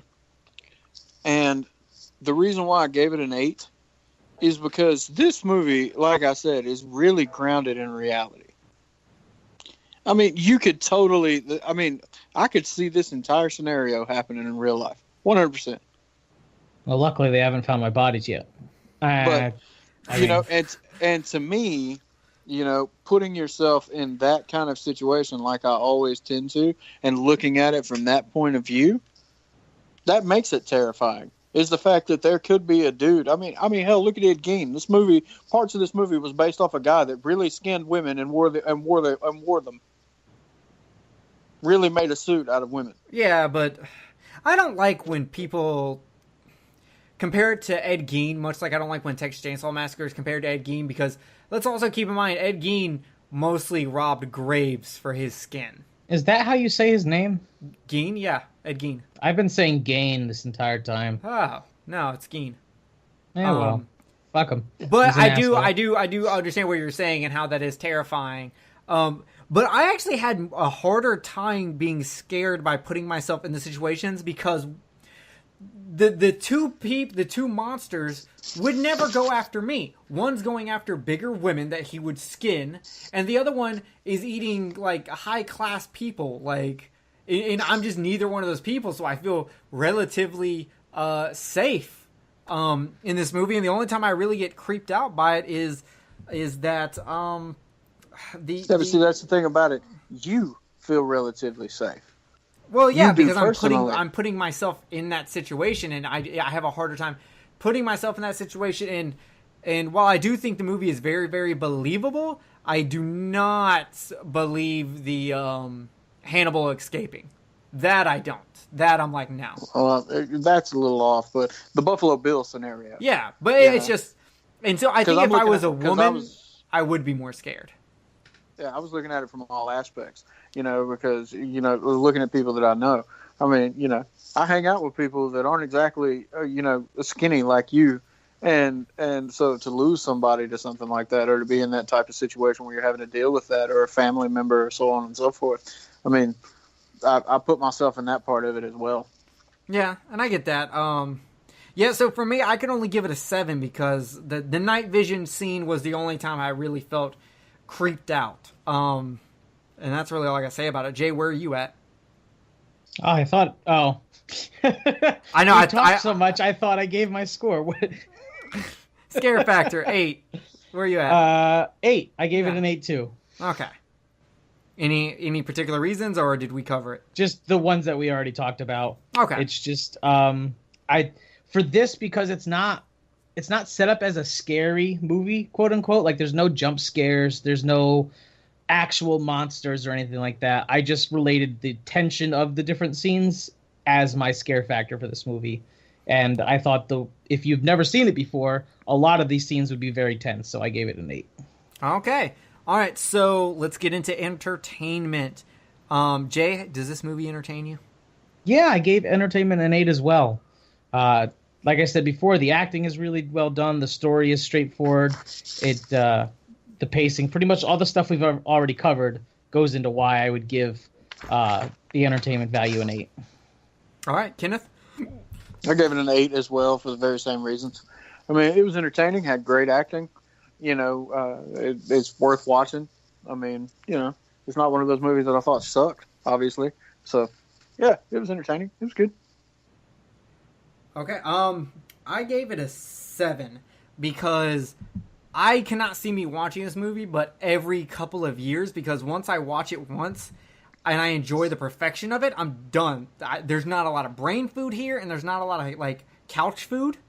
Like, I would never couch potato this movie, and there's not that much for me to really think about. So I really give it a 7. I think it is entertaining. But the fact that I've got to spread years on it, it's not like Jaws. I can watch Jaws almost any time and be entertained. But the entertainment here is more in the perfection of the execution, and that's it. And that rolls right into rewatchability, which I also gave a 7 for that same reason. I could see myself rewatching this every couple of years, but that's it. It's great. And maybe if I'm itching in the right mindset, could I throw it on? But other than that, I would much rather put on, like, Red Dragon multiple times. Jay, where are you at? Let's see. Rewatchability. I gave a 9. So why are you so high on it? Because it's not... I think I went... After hearing your explanation, I think I went somewhere different with the category than you did. Okay. It's not a bad movie, so I would have no problem watching it again. Okay, It's so if kind it of where was- my mindset was. If it was on TV, but- you wouldn't turn the channel. Well, it depends. I'm just saying it's not a one and done for me. It's something I would watch again Okay. in the future. Okay. I wouldn't classify it as what I call a wet towel movie, which is what? A wet towel movie. You get out of the shower, you're in your wet towel, but you see a movie on TV, so you sit down to watch it anyway. It's a wet towel movie. Oh, okay. Oh shit! I've never heard of it. That's good. But yeah, so it's something I would watch again. I mean, I own it, so obviously I have an urge to watch it at one point. But after hearing your explanation, I think I misunderstood the question of the category. So the next Horror Coliseum we do, I will rate it differently. Fair enough. Kenneth, where are you at? For rewatchability, I gave it a 7 for the same reasons that you explained why you gave it the score you did in entertaining. Very good. All right. We come down to our last category, pop culture. Kenneth, take us away. Pop culture. I gave it a 7.5. And the reason why I gave it a 7.5 is that whereas, most people, in the horror community and whatever else know Silence of the Lambs very well, and in all actuality, this one doesn't stand as well with a younger crowd versus an older crowd. I think people along the lines of around our age group and older are more in tune with Silence of the Lambs versus, the younger crowds. And I think that's the reason why it doesn't have as high, and then on top of that, the way it was shot, the way it was done, everything, it just doesn't have one of those aspects. The biggest thing that we, the thing that gives it the what pop culture that it does have is like one-liners or lines from the movie that people know. Hell, there's people that I know, the Farver beans with a Chianti. I know people that know that line but don't know what the movie is. That don't know where it's from.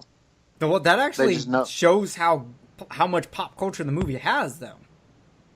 Yeah, but see, it's not the movie that's got the pop culture. It's the line that's got the pop culture. But it's from the movie. I don't see the difference there.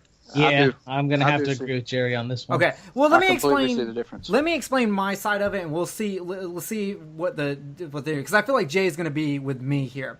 So I rated it a 9 because if you start the line "I ate his liver" or "Hello Clarice," people know exactly what you're talking about. And while I do agree with Kenneth that the younger crowd doesn't know it, that's fine. There's a lot of background movies that they're eventually going to have to watch. Hell, Jay doesn't know Casablanca. Like, there's certain movies that it's going to take people to when they get older to watch. But the pop culture is so strong. I know the line from Casablanca, though. Yes, but you've never seen the movie, and that proves my Right, point. so I know I'm backing up your point. Yeah, with it's evidence. in pop culture. It's there. People know Silence of the Lambs. They know the jumpsuit. They know the face mask. They Hannibal Lecter is a household cannibal. Everyone knows who he is, even if they haven't watched the movies or the shows. They know who he is. That is the influence of this movie. That is the pop culture. Just because they haven't seen the movie, I don't think that takes away from the movie's impact on pop culture. I just think that means, do people know about it? They may not have seen it, but they will most likely eventually watch this movie because of that. Because eventually, and it might be when they're 30, someone's going to make that line, yeah, that's a funny line, but I've never actually seen the movie. What the fuck? Sit down, watch this shit. How dare you? And, I mean, sorry, but, I think that is the impact it's had on pop culture. And I don't think that it's fair to separate, but they know the line, but they don't know the movie. To me, that's the point of its impact on pop culture. That's the impact on the culture. I just don't think the Silence of the Lambs has the impact of others. I just don't. That's the reason why I didn't rate it as high. Because I don't. I mean, there are people out there that know the mask and whatever else, but if you held up a Hannibal mask and you held up a Jason mask, what are they going to know first? They're probably going to know both their names, but I'm pretty sure, I would honestly feel like there's a good chance that the only Friday the 13th they've probably seen, if you're talking about a young crowd, is maybe the remake. But if you're doing that, then can't we also say, well, what if they saw the TV show? That's pretty recent. People saw that. The Hannibal TV show? Yeah. I ain't even thinking about the Hannibal TV show. Well, I'm saying if you're going to use the Jason, then you're talking about a franchise, and I have to bring up the Silence of the Lambs franchise. They're not going to specifically go, oh yeah, Friday the 13th Part 3. You know what I mean? Yeah, I get where you're coming from, but I stand by what I say. I just do not think that Silence of the Lambs has the pop culture status that others do. I was honestly waiting to hear your reasoning when I saw your score being so low. So I'm glad to actually hear why. I don't agree with it, and I want to say I understand it, but I feel like either it may have had the same pop culture status as others 10 years ago, 15 years ago. It does not have it now. It doesn't. It does not have the same status as some of the others out there do. It does not. It may, like I said, it may have during the heyday of Hannibal, that movie, and during its heyday, it may have had that status. It does not have it now. It doesn't. I feel like we're disagreeing on what this category should be. Well, I think the problem is, I don't know if, like, I feel like Kenneth's putting a time limit on pop culture, but I don't think that you necessarily can. I feel like if it makes a statement on pop culture, it's there. And since we're still alive, we're still going to know the pop culture of it. And even your example of a kid would know the line but not know the movie, I don't think that means you take away from the movie's pop culture status. I think that adds to it, because hell, they even know it and they've never seen the damn movie. I think Kenneth understands the category. I just think the way he's viewing it on this one is, I just don't agree with the way he's looking at it. But I know he understands the category. I don't think he doesn't understand the category. I don't think it's all right. All right, we'll go to our last Horror Coliseum. Okay, I'll give you a prime example. And what I mean, and I guess you could say that, yeah, you may be right. I do date pop culture. But if something continues to go through pop culture status and still have it from its time period of when it came out to now, okay, let me ask you a question. When you're going through your feed on Facebook, because I know all of us are in a lot of the same horror communities, how many pictures do you see with T-shirts with alien shit on them, and how many T-shirts do you see with Hannibal shit on them? Well, I agree, but we also just had an Alien movie come out. If we went back a couple of years to when, like, Prometheus came out, which I think was around the same time that the Hannibal TV show started, if we went back to then, yeah, we probably would see both happening close to the same thing.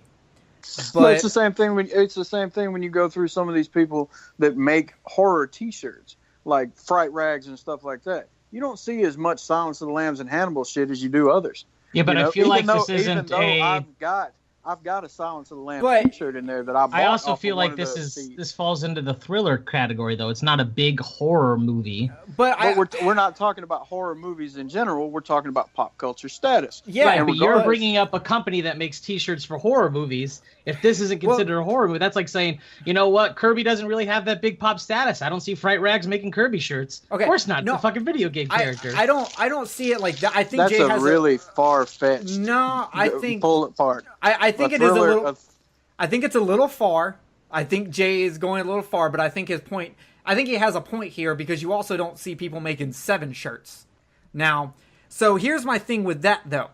You're just time dating. You're just saying because it hasn't been used in the past 5 years that it's not pop culturally relevant. But something like this remains pop culture, and everything you keep putting it against, you're talking about things that have, you know, a 10-year plus head start on it.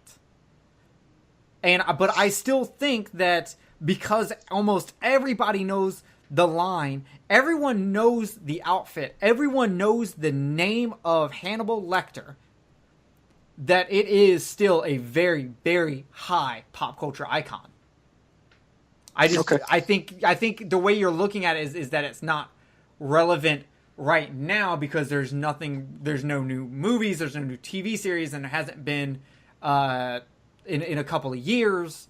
And I get that, but I don't think that means it's not like irrelevant. I don't think that lowers its pop culture status. Just like, because with Jason, we've had a lot of Jason stuff happening recently. We've had a lot of Alien stuff happening recently.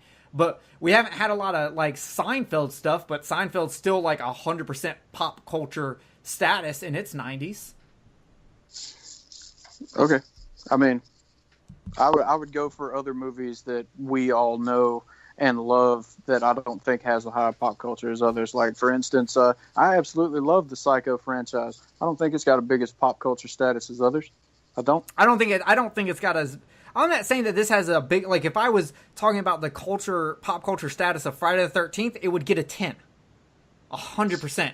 If I'm talking Psycho, I would put Psycho probably underneath Silence of the Lambs. I would probably give Psycho an 8. I mean, so, it's just different strokes for different folks, I guess. I don't put it high on the pop culture status list, and you guys do. We have difference in opinion, and I just don't think we have enough time on this podcast for us to really spend any more time discussing it, to tell you the truth. But this is a perfect time for me to go, there is a Facebook group, and right. y'all join in on this conversation, because I would love to see who y'all agree with, who you disagree with, what points can you make to add on to this, because I think this is actually a really interesting topic. Like... It's not like we're throwing punches like we're drunk Irishmen or anything, but we are like gonna hug it out afterwards. Like, we're still all in agreement that the movie's fantastic.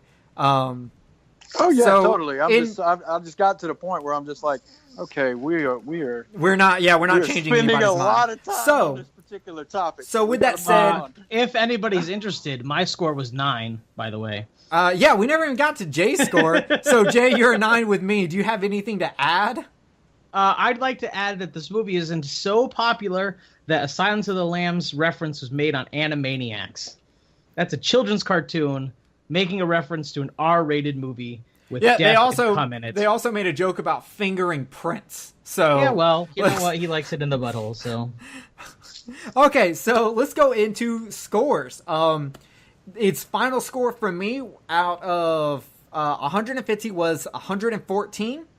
Jay gave it 125 out of 150, and Kenneth gave it 122 out of 150. So Jay actually gave it the highest rating, and I gave it the lowest rating.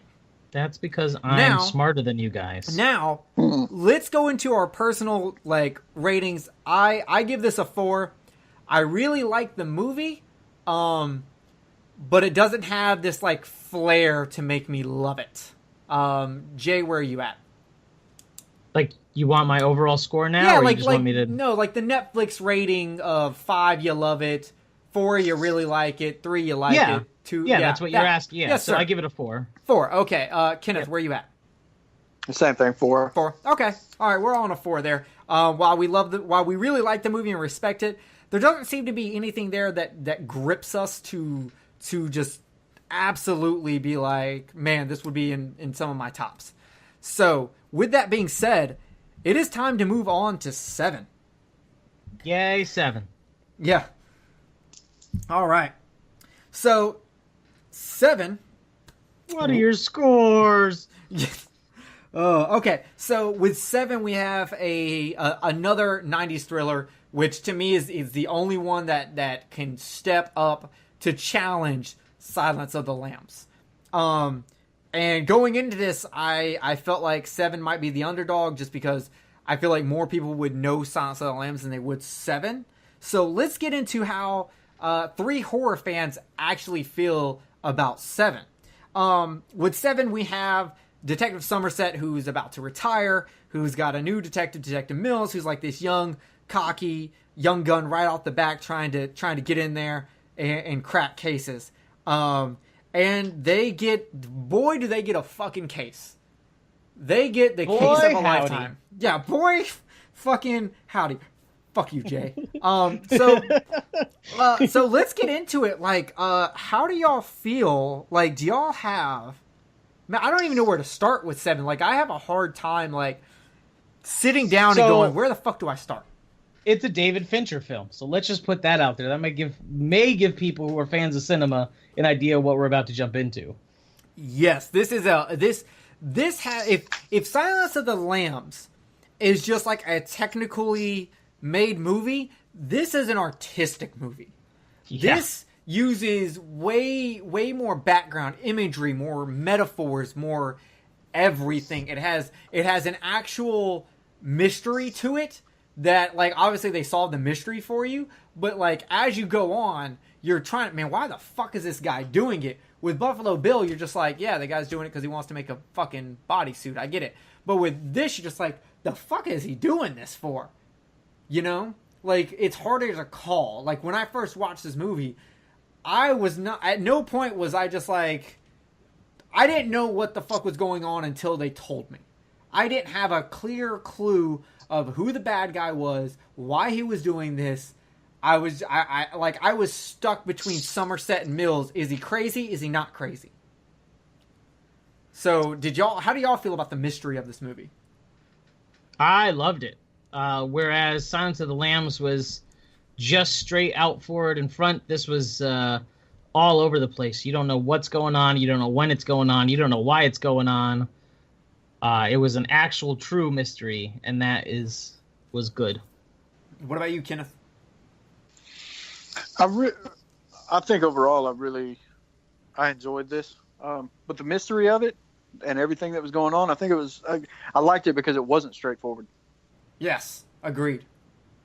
It led you down alleys. It made you think. It made you really come up. Like, I could see myself, if I went back to my first time watching it, I could see myself going, well, maybe it was this, but I don't know, because it could have been this. As whereas Silence of the Lambs, I'm just like, okay, yep, got it. I'm with you. You know? And yeah. So, Kenneth, I know you love this, so can you talk about how much you loved the opening credits to this movie? I'm trying to think of the best way that I can. Yeah, that's why I gave it to you, because I wanted to see you describe this. The whole setup of that is probably one of the best opening credits scenes that I've ever seen. It was great. You know, the creepiness and the weirdness, because you can definitely see it's almost like that they took John Doe, put him in the editing room, and let him make this fucked up credit roll. That's what I think about it. I really enjoyed it. Do you think John Doe would be a fan of Nine Inch Nails though? Or did he? Yes. No. Yeah. Everyone loves Trent Reznor. Yeah, but we're talking about someone who's extremely religious. A very wrong view of it, but someone who's extremely religious. And would he listen to a song with the chorus "I want to fuck you like an animal"? I didn't like, just when Kenneth said that, it made me go, huh, shit, would he have chose that? I don't know about the music, but just the way it was put together, yeah. the way the shots were done and everything were put together. I mean, it was, and then the same thing about what I've said about this movie before. You know, this movie makes a great music video, and so all those things put together for those opening credits. I mean, to me, it was a good way for you to automatically at the beginning see what this person was like, but not giving you so much to where you're not entertained and you don't have any mystery. Yes. Does that make sense? Yes. I know it does. It does. And I want to add that when I apparently forgot that they were sampling a Nine Inch Nails song when I watched it this time. So I'm sitting there just going, I know this fucking song, but it's not hitting me. I know this beat. Where do I fucking know this from? And then when he said, "You bring me closer to God," I was like, "Oh yeah, it's that fucking song. Damn it!" Like, and so it was kind of a pleasant surprise, but I was also getting frustrated because it was like, I know this and I can't place it. So I think they did a great job with giving a new life to that song and making it honestly even creepier. With the hard edits it has for that music than the original song. So, I want to bring up something to y'all. Y'all know No. my favorite. Oh, okay, never mind. So scores. No, okay. So y'all know my favorite movie is Jaws. There is a Really? Yes, it is actually. There is a scene in here that I feel they straight up stole from Jaws. The time when Brad Pitt dodges the shark. Yeah. How did you know? Fuck yeah. But no. Fuck me. Do either one of y'all know what I'm talking about? Is it not popping into either one of y'all? Because I want to know if I'm wrong here. Okay. I haven't watched Jaws in a long time, though. Well, you're fucking wrong and failing at life. How dare you watch Jaws? Jesus Christ. You should be watching that movie 2 to 3 times a year minimum. Okay. The dinner scene. Yes. Mill's wife invites Somerset over for dinner. Much like how Hooper comes over for dinner and they talk a little job, they talk a little personal. There's a scene where something funny happens that actually kind of breaks the ice, and then it goes directly. It's them getting to know each other, and then them having a bonding moment as they then bond over the case, much like Brody and Hooper started bonding over cutting open the shark, which leads to them going somewhere, which leads to a big break in the case, which is literally dinner, looking over the case, going and talking to the lady. Dinner. What? I'm sorry. Let me finish this real quick. Cutting the shark open, going and finding the boat. It is literally almost the exact fucking same setup. Okay, what were you going to say, Kenneth? Is there a spot in that scene where somebody gets poured alcohol in a glass that looks kind of bigger than it should be? In Jaws or in Se7en? In Jaws. It's not that the glass is bigger, it's that where most people would have cut it off. Like Hooper's trying to say, no, stop, but he keeps filling it. Brody keeps filling it up anyway, and then Brody. Oh no, you're right. Brody pulls. They're drinking out of wine glasses. Brody pours his into a full cup. Right. Yeah. And then think about, okay, it just kind of linked me to that because Brad Pitt pours that wine for Somerset into a big glass. Yes. So I just like I get it. And I notice it because I'm a huge fan of Jaws. And now that I'm pointing it out, Kenneth, you see it. Jay, do you see it now also, or have you just not seen Jaws in that long?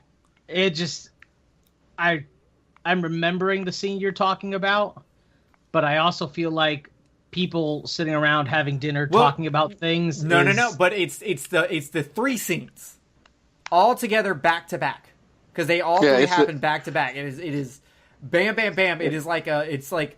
I don't want to say he stole the Jaws scene, but I will say like this is almost like a great homage to Jaws. Maybe even unintentional. Is it homage or homage? Homage. Homage. There's no way. Oh, I shouldn't be saying the H. I think. I don't know. Homage. There you go. Yeah. There you go. Homage. All right. But yeah, I think it may be unintentional, but I can definitely see the similarities between the two, extreme similarities. Yeah. Okay, so let's get into favorite scenes. Kenneth, do you have a favorite scene? My favorite scene is when they're both asleep in the chair on the couch, waiting on the fingerprints thing, or they're laying down to go to sleep, and Brad Pitt moves the ashtray. That was pretty funny. Are you popping? Are you playing with your dick? Are you jacking off right now? That's what it sounds like. It sounds like you're jacking off. That's exactly what I'm doing. That's what I'm doing. Did me talking about Jaws to get you randy there, buddy? Yeah, a little bit. Sorry about that. It was actually the remote because I was restarting the movie. That's all right. People will probably earlier notice I kept clicking my pen, and I was like, oh, God damn it, I got to stop that. That's why I can't have clicky pens in front of me. Okay, Jay, do you have a favorite scene? Favorites. You see, these are really tough. I know. Yeah. I'm gonna have to go with the end scene, the finale. Okay, the finale. The what's in the box scene. Okay. Yeah. I have a very subtle. I know it's cliche, but whatever. You're cliche. It's fine. So I have a very subtle scene. The end of the chase scene. It's so tense when John Doe puts that gun to Mill's head, and you can just see in Mills' like face, he's closing his eyes, he is accepting that he is about to die. The rain's coming down, the water is pouring off his perfect face, and his lips are parting a little bit, his eyes are closing, and but yeah, him just accepting his death is just so powerful to me. That scene, I feel, is so underrated, and no one talks about that scene. But the acting on Brad Pitt's part, especially with how tense the action of the chase scenes got me all revved up, and then it goes to this moment where it's like super tense. Like, shit, is he gonna die? They might kill him in this movie. This movie's been crazy. They might fucking destroy this dude right now, and it might be Somerset having to deal with it happening. I honestly, when I first saw this movie, I honestly thought that this was a movie where they might kill their main character in the middle of the movie. I honestly thought that. And it was that scene that made me think that, where I was kind of like, shit, these two characters might not make it to the end of the movie. One of them might die. And I love the fact that it put that much fear in me. Yeah, and I think that's a great thing about it, because going back the first time you're watching it, that'd be the only way that you really could think about it. But after you've seen the movie as many times as I have, and possibly you have, damn, you think to yourself, oh, well, he can't die because, obviously the end of the movie. But going about it the first time, I think that's a great thing about it. Yeah. I also want to talk about a duality of speeches here. At the end of the movie, John Doe is in the backseat of the car, and he's giving his speech of seeing a sin on every street corner and house. Sin is common. It actually reminds me of Somerset's speech from early in the movie, where he's talking about apathy, and Brad Pitt's like, no, that's bullshit. But I see a lot of similarities. John Doe's speech almost sounds like Somerset's apathy speech, just told from a religious tone. Do you? Yeah.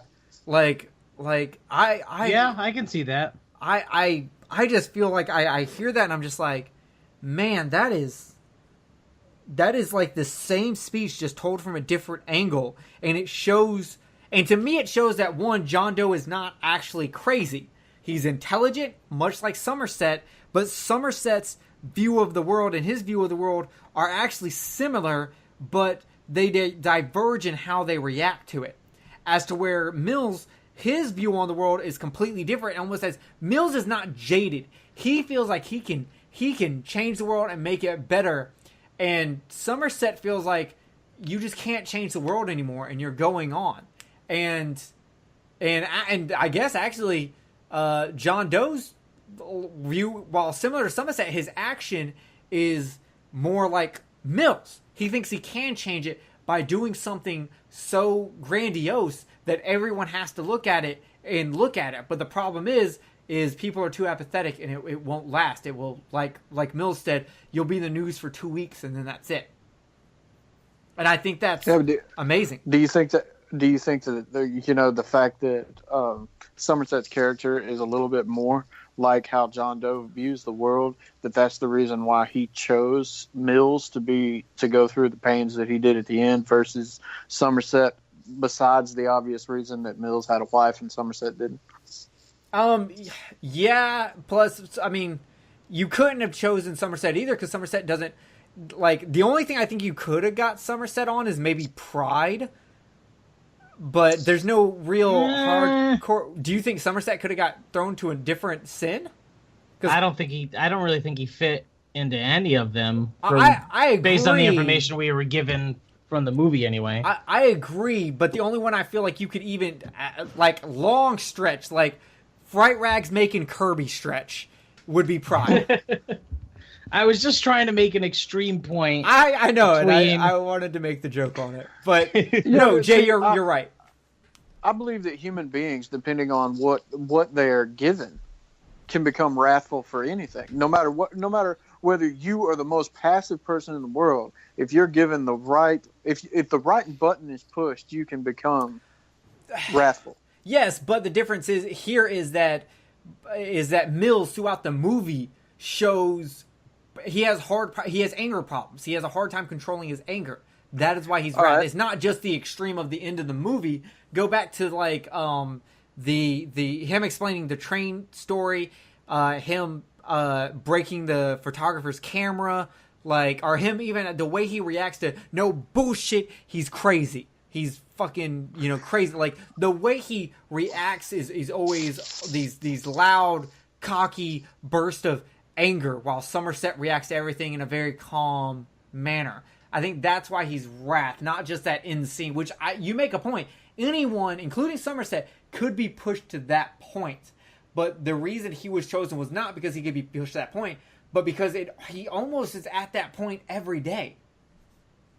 Him throwing the books, him getting mad at the books in his car before he gets the fucking Cliff Notes. That's true. I hate books too, though. You ate books? Don't eat books. That's not what they're for. What the fuck? Well, it's like they always are teasing me. I ate his book with a side of fava beans. I was going to make the same point about you, Jerry. I mean, think about it. You're probably one of the most non-physical people I've ever met in my life.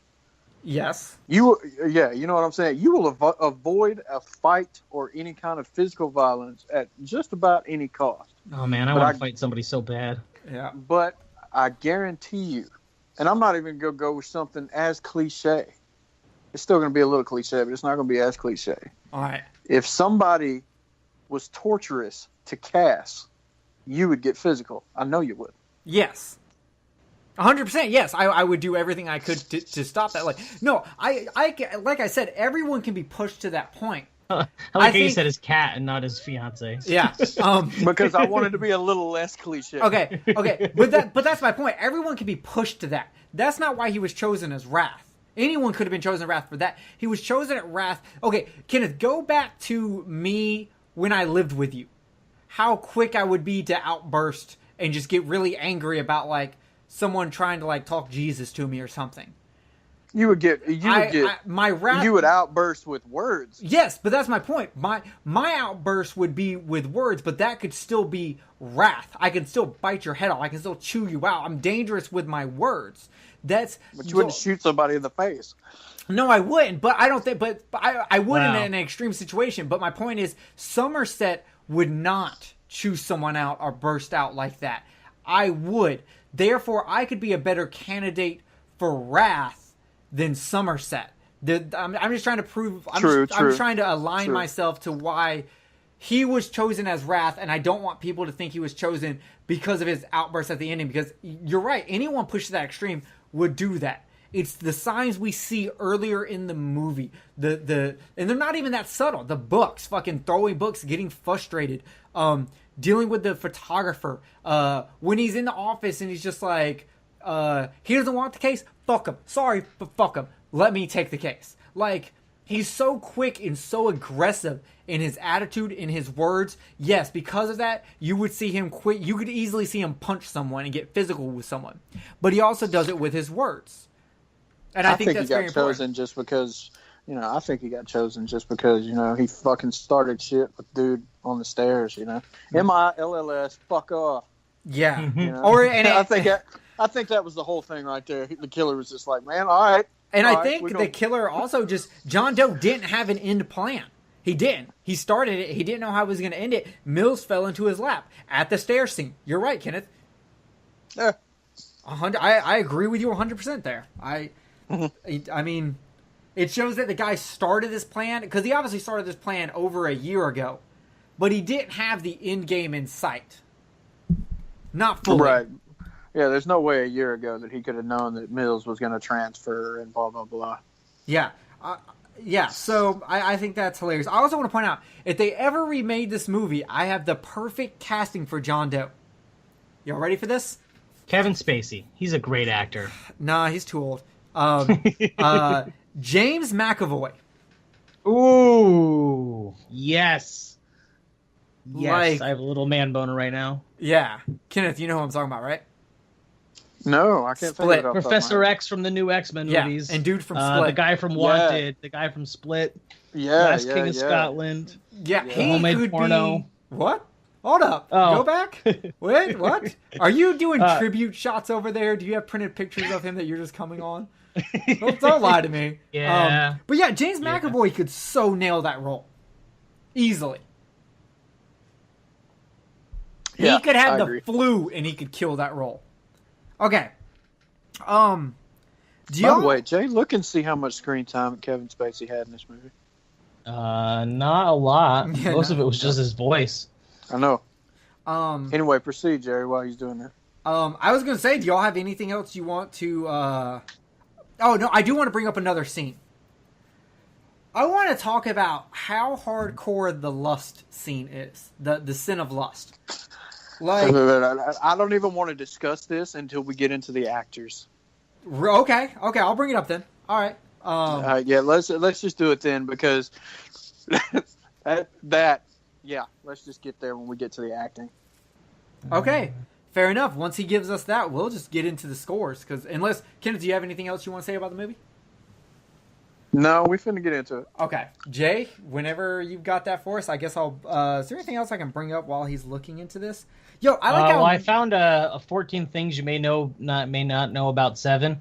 Brad Pitt actually smashed his hand through the windshield. Yep. For real, and severed a tendon doing so. Yep. Oh yeah, the majority of the filming, he's got like a weird cast thing on. Like in the special features, they say what they did to kind of hide it is the cast came down to his wrist and his sleeve did that, and then for the extra support, they had a thing that was made to go into the palm of his hand for the extra support, but it didn't show on the top of his hand.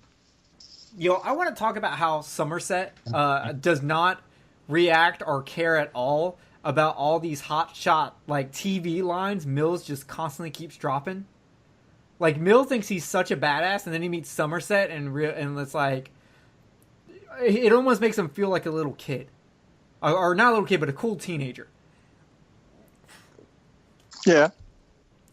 The F word is used 74 times throughout the film. Oh shit. And the original ending saw Kevin Spacey killing Brad Pitt's character. But I can't find anything about his screen time. Well, I ain't worried about it then. Okay, let's get into it. Kenneth, what is your rating for story? Story, I gave it an 8. And give me a second. Let me get to my notes here. I think in this, aside from the mystery of this that came with the end of it, the rest of the story is pretty straightforward. I mean, you got two guys that come across this case. A dude comes from another place. They come up with this case, and it starts off, and it's fucking crazy, and they're trying to figure it out. So, like I said, aside from the mystery, it was good and it was original. But I think what gives it the leg up was the twist at the end, like I said. You know, because I think I gave a lower score, 7.5 to Silence of the Lambs. I think what gives it the leg up was the twist at the end, especially the what's in the fucking box. What's in the box? All right, Jay, what's your score? 10. Story is a 10 for me. Damn. I thought it was leagues above Silence of the Lambs as far as, well, the story, since that's the category we're rating. But I just mean it was mysterious. Like I said at the beginning, you didn't really know what's going on until the end. It had a good mystery. It had a good twist even after what you thought was the end of the mystery was revealed. 10. 10 for me on that one. I gave it a 9. The amount of planning and fine detail in this story is crazy. And while it lends to a more unbelievable movie, it's way more interesting to me. And so I had to give it a 9 because I remember the first time I watched this, I immediately wanted to restart it because the story is just that deep. There's so much more to dig into here. So we all came pretty high on that one. So Jay, character development, where are you at? I hated these characters. I gave it a 0. No, I'm just kidding. 9. I gave the characters a 9 for this one. I really liked. They focused on Brad Pitt and Morgan Freeman's character, and then later when he was introduced, we got to learn a pretty good chunk about John Doe there. And I just thought I thought they were developed really well. I thought the way the stories unfolded was good. I just really enjoyed it. All right, Kenneth. I gave the characters a 9 as well. I thought that they were done really well. I like the fact that we get to see the differences between the environments of Mills and Somerset. You know, it really, you don't need as much of background information because you can get so much out of, like, you know, Mills's house and Mills's office versus Somerset's house and Somerset's office, and the different things that they do. Like, for instance, Mills, you know, going to sleep with the metronome and throwing the knife at the dartboard, and how clean and pristine his house is, and how he keeps his clothes and everything. You can really see, you know, how you know, structured and solid his mind works versus Mills. When you see his house, you know, even though he just moved in, his office, everything, he seems a little bit more cluttered and whatnot. So I think you give real good background to it. And then, like I said earlier, I mean, you get a lot about the killer just about the opening credits. I agree. And then seeing the environment when you actually get into John Doe's apartment. You know, I mean, I think the main characters in this, I think they did a lot to show a lot about each characters by how much their environment differed from each other. Yeah. I also gave it a 9, and pretty much for the reasons. Your three main characters, while you know everything about them because of their surface level, they wear what they are right there. You see it in their actions. There's a deepness to it. You can find when you start looking at all three of their houses, or where they live, you can start looking into more stuff. You see their office, you see how they plan, how they react, even from how Mills research compared to how Somerset researches, to even though we don't really see much about how John Doe researches, you get a little bit in his house and you can kind of tell how he researches also. Like, all three characters, while they tell you everything you need to know on the surface, you can really dig into them and get really deep. And as for the secondary characters, they give you enough for you to know what they're about and to help move the story and flush it out. Like, you don't really need to go deep on them. There's no reason to, because it's right there. You get it. You understand it. You don't even want to know more. You literally like, bam, got it. Good. Let's go. Right. Got it. Good. Then on we go. Yeah. Pacing and editing. This would be on you, Kenneth. Let's see, what do I got for pacing? 8.5 for the pacing. I think the pacing was pretty good. There were a few times where it drug along. You know, like, for instance, when Somerset's kind of figuring things out, I think it drug out a little bit too long, a lot longer than it should have. I mean, I know it was given, you know, kind of more of the insight on him and whatever, but I still think it drug out just a little bit too long. I think, but overall, I mean, it was paced pretty good. I just think there was a couple of spots where it drug a little too long. All right, Jay. Pacing, I had a 6. Doing them out of order confuses my brain. Yeah, that's my bad. Just because, pretty much what Kenneth just said, actually, I just scored it lower. It did feel like it dragged way more than Silence of the Lambs. And while it was a better story overall, I just felt like we could have gotten there in maybe 15 to 20 minutes less time. Yes, and I think, and okay, so I'm at a 7, so I'm with y'all, but it's a double-edged sword for me because our next category is atmosphere, and I feel a lot of the reason that pacing and editing is slow is to help build the atmosphere. But my biggest problem is the transitions in this movies, the jump between scenes are not smooth. They're not. They're actually jarring, and it's because of the artistic choice to make something look this way. Or the artistic shots of Somerset in the library slowing us down. So there's many times where I'm like, dude, let's just take the step forward and go. So I'm with y'all on that one. And with that being said, let's get into atmosphere. Jay, where are you at? Atmosphere is at the top. 8. Atmosphere is an 8. The scenes were set up well, even the ones that were boring. I felt the scenery, the colors, the lighting, everything just really made it. What the fuck is the word I'm looking for? I don't know. It just made it feel like you could feel the scenery. Does that fucking make sense? Yeah, I know. I hate my brain sometimes, man. I'm with you on that. Because I gave it an 8 because I feel like you're down. You feel down and dirty this entire movie. It's raw, but it's very stylized cinematography. It really pushes it, and the fact that it's almost always raining, always kind of keeps you under this little cloud.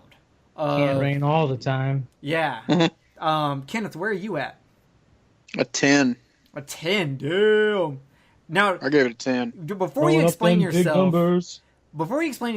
do you feel like you're okay with how the pacing and editing was because it helps build the atmosphere, or do you think the atmosphere would have suffered if it would have moved along a little quicker, if they would have taken less time setting up scenes? I don't think the atmosphere would have suffered at all if they'd have moved it along a little bit more, because I think the cinematography completely makes up for anything like that, because the way the color patterns are done, especially for different areas. I mean, you've got different styles of color patterns for different areas. Kind of like the blue grays that you've got in there, and then the reds in certain spots and so on. I mean, so the cinematography itself, and then like the scene I'm watching right now where Somerset's walking outside in the city, headed to the library.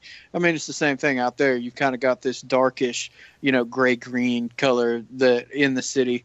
So, and then the fact that it is, until they get to out in the middle of nowhere where it gets the fucking box. When it gets out of there, the movie's raining the entire time. Yeah. Up until that point, and I like the transition between the two of them, because for that seriousness and everything, it's completely clear outside. I really, really like that, and this movie with all those different aspects of it made me sink into myself, because I'm just like, wow, man, this is fucking gloomy. It's fucking weird. It gave me that creepiness that Silence of the Lambs lacked. I'm with you on that. I think you explained it perfectly. So, okay. So with that being said, scenery and set designs, Kenneth, we just heard from you, and I want to hear more from you. Okay, so let me see. What did I get for overall score for the scenery? A 9.5 on the scenery, because I thought the scenery was great as well. The atmosphere and the scenery definitely they complemented each other, and they did it really well. Because when you get into certain, like for instance, the gluttony one, okay, that area was so confined that it gave you kind of like the creepy claustrophobic. The only thing that I'll be able to do in a situation if this guy, if the killer were here, is just to back into a corner. That's pretty much the only thing that I could do. And the same thing when you're seeing a dead body that big. And you can't really go anywhere because you're like, the only thing you can do is back into a corner because everything's so claustrophobic. And the same thing with like when you go into the apartment for Sloth, and you go in there, and you got all the things hanging down. The scenery and that. I mean, it just gives you that fucked up overall, feeling. So I think the combination of the atmosphere and the scenery together work fantastic with each other. Fair enough. Jay, what you got? Sorry, it's on my phone and I put my phone down. Scenery, there it is, 9. I gave scenery a 9. Everything felt real. The kill scenes, the kill areas, you know what I mean? Like where the kills happened, where the murders took place, the city, all the buildings, the police station, all of it just all felt very real. And again, going back to the lighting and stuff used, it added to it. So I gave scenery and set design a 9 for those reasons. I gave it a 10 because I think it's the backbone of this movie. It's the support system of this movie. Because if they had not put the amount of detail into the scenery, into the cinematography, I think we would have had a much lesser movie. I think because of them putting that much work into the scenery and set design, it improved atmosphere, it improved characters, it improved story, it improved special effects, it improved the monster. It improves absolutely everything in this movie to me. And so, that's another thing that I left out. I'm sorry, I'm just kind of coattailing off of you. I left out the same thing about the scenery for each one of the characters. But like I said when we were going over it. Yeah, it improves the characters. And Kenneth, you can ride on my coattails all you want, buddy. I'll take you to the top. Nice. But yeah, I have to give it a perfect 10 for that. So, let's get into acting now. Jay, how do you feel about the acting? It was kind of shit, you know. They really This is phoned it in a lot of the third time. time making this joke. You know what? I don't fucking care. I think you're phoning in this joke. Yeah. All right. I'm also covering for the fact that I have to keep finding my scores. So You're fine. There's everyone can blame me for that because it is legit my fault because I decided to change everything. Acting was a 9. Everybody was great. There wasn't. I scored it lower than Silence of the Lambs just because Anthony Hopkins was level. His performance of Hannibal was levels above everybody in Seven, even though everybody in Seven was great, if that makes sense. Not that Morgan Freeman or Brad Pitt are bad actors, or Kevin but Spacey for that matter. But just the performances for their specific characters in this specific movie. Yeah, there's no standout within Silence of the, like in Silence of the Lambs, you have a standout. In this movie, you don't really have that. I get that. But I thought they were all good. Nothing really to complain about on that end. I'm gonna let Kenneth go last just because he's got something to say on this one, so I'm gonna knock mine out real quick. My acting is a 9. The acting's great. Whether it's the way Somerset is portrayed as an old wise man, the up and coming cocky new detective who wears his feelings on his sleeve, the distressed and clearly out of place wife, the low key subtle acting of John Doe. Everyone is great. Like John Doe's acting of never clearly giving a solid answer. Is he crazy or not? Like, it's just perfect. But there are some minor acting flaws and ticks I don't really care for. So I couldn't give it a perfect 10. But it honestly mostly goes on to what Jay said. There's no standout to me here. So that's why it couldn't be a 10. So Kenneth, go right ahead.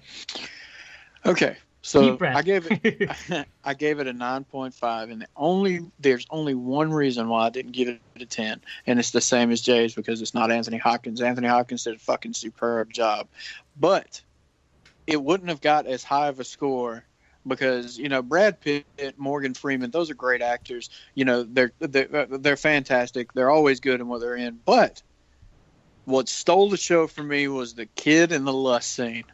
Or after that, rather, when they're after, okay, that the whole aspect of the lust thing was fucked up to begin with. If you, take the time to let that sink in of what this dude did. I wish I could have seen it. But when they're interrogating him, well, sort of interrogating him, and he's sitting there saying that whole thing about, he put a gun to my head and told me to fuck her, so I did. I fucked her, dude. I watched that today, and it was intense to me today. And I've watched this movie probably 100 times. Funny side note, I think this is maybe my second time watching this movie. Wow, yeah, really? Only second time? Yeah. Holy shit. Yeah, I realized as I was watching it, and I realized that I didn't really know what was happening next, which was nice for the show. Yeah. Yeah. But... yeah, I just realized that I maybe watched it once or twice before, but I'm pretty sure this is like my second time watching it. Yeah. So yeah, okay. I don't honestly have to say I'd probably seen it about 100 times, but that to me, even to this day, man, it's just that's fucking intense. And that dude, for him not to have been in a whole bunch of other shit, like big time been in a whole bunch of other shit. I've seen him in other things, but dude, that was fucking awesome. I agree with you because I actually wrote a whole thing about this scene. Think about how ruined his life is. Like, he's got PTSD for sure. Yeah. Like he's fucked. Like, sex is most likely ruined for him.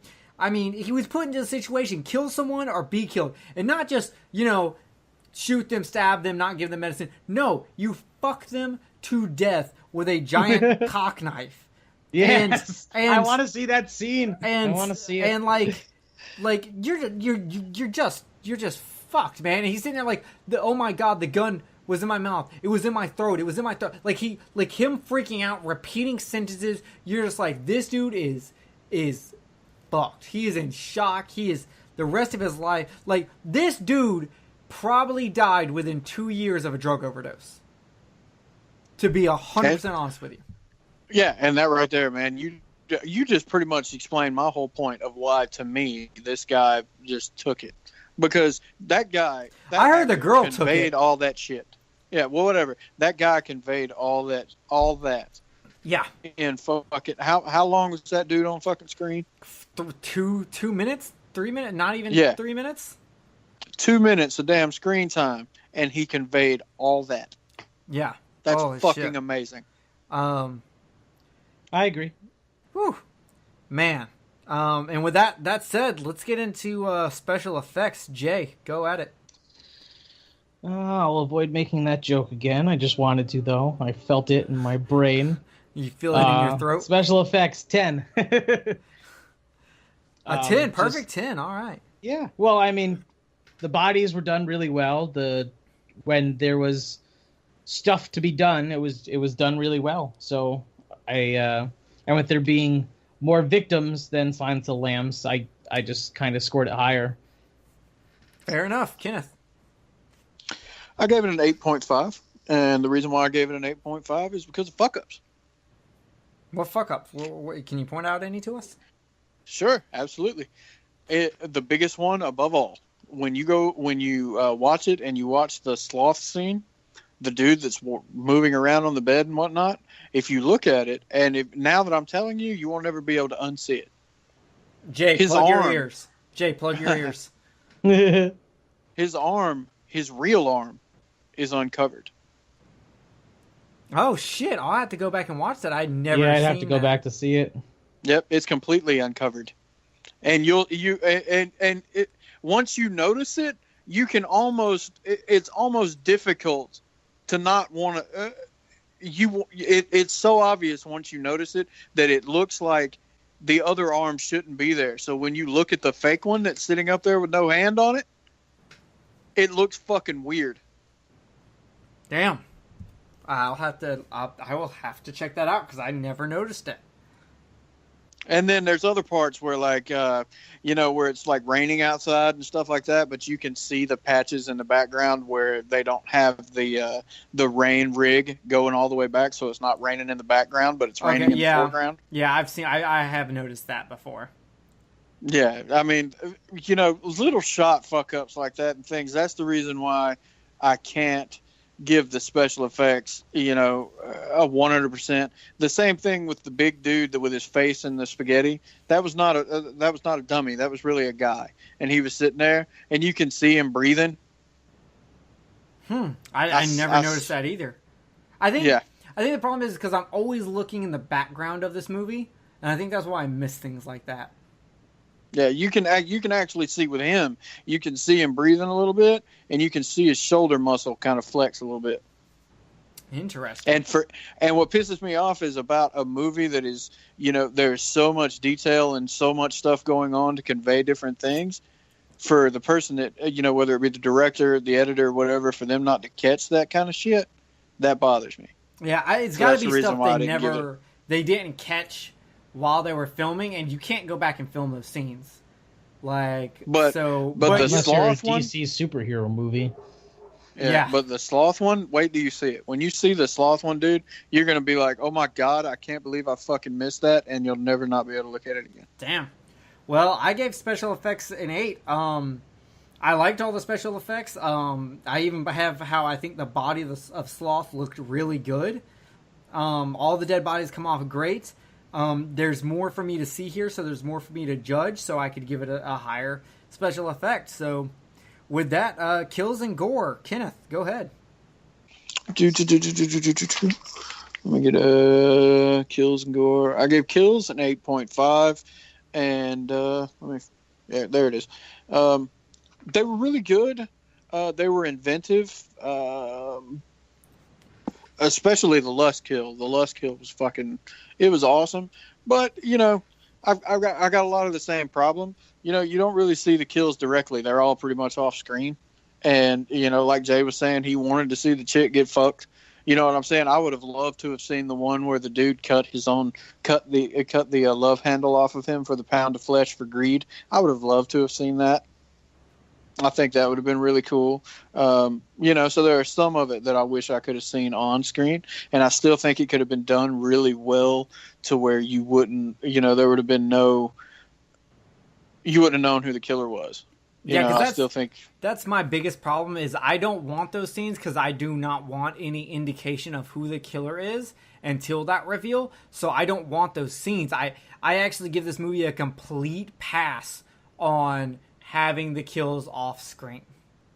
Yeah, see, I wanted a little bit of it, but it's the same thing. If you could have shot it to where you wouldn't even see the killer, you would just see the victim, and whatever device that the killer was using to make sure that, like, you know, the gun to the head for the gluttony thing. You could have just seen the nose of the gun and the guy and him sitting there whimpering and whatever as he's shoveling spaghetti into his mouth, and that's it. Yeah, I just don't want. I just feel like even with that, like, I don't want to hear the killer. I don't want to be hearing the killer talk.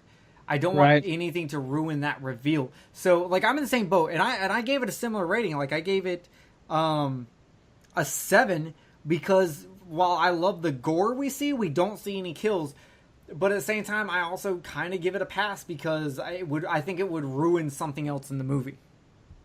So that's where I'm at. Jay, where are you at? So if you had seen the gun against the gluttony guy's head, that would completely make the morgue scene pointless. Yes. But I was just using that as an example because when it really comes down to it, in my personal opinion, I really wouldn't want to see any of the shit with the fat guy on screen. But I was just using that as No, I get your point, but I'm just, like, Jay's throwing my point where if we see scenes with the killer, him doing the acts, even if we don't see him, even if we don't hear him, it's going to give away something about the killer. And I prefer the things we learn about the killer to be from the detectives. Different strokes, different folks. Yeah, no, this is a complete opinion-based thing. And Jay, where are you at? Because I know you want to see the kills. Do you think it would be worth having certain changes to make to where you can see the kills on screen? No, I mean, I don't want to. I'm not a filmmaker. I don't know, I don't know what makes a good movie. I am a big fan of gore. This isn't a gore film, though. I just thought the idea of a knife dildo was something that I would like to see executed in a film one day. So that's kind of where that comes from. For the movie itself and the way it's set up, what we got was fine. We got to see the aftermath, so there's still plenty of, Oh, we got to see the aftermath of him. We didn't get to see shit about the chick. Well, that would have been hard to show. Again, it's not a gore film. Yeah. I just am a big fan of gore movies, as I've said before. I gave the kills a 9 just because we still got to see, what we got to see was done well.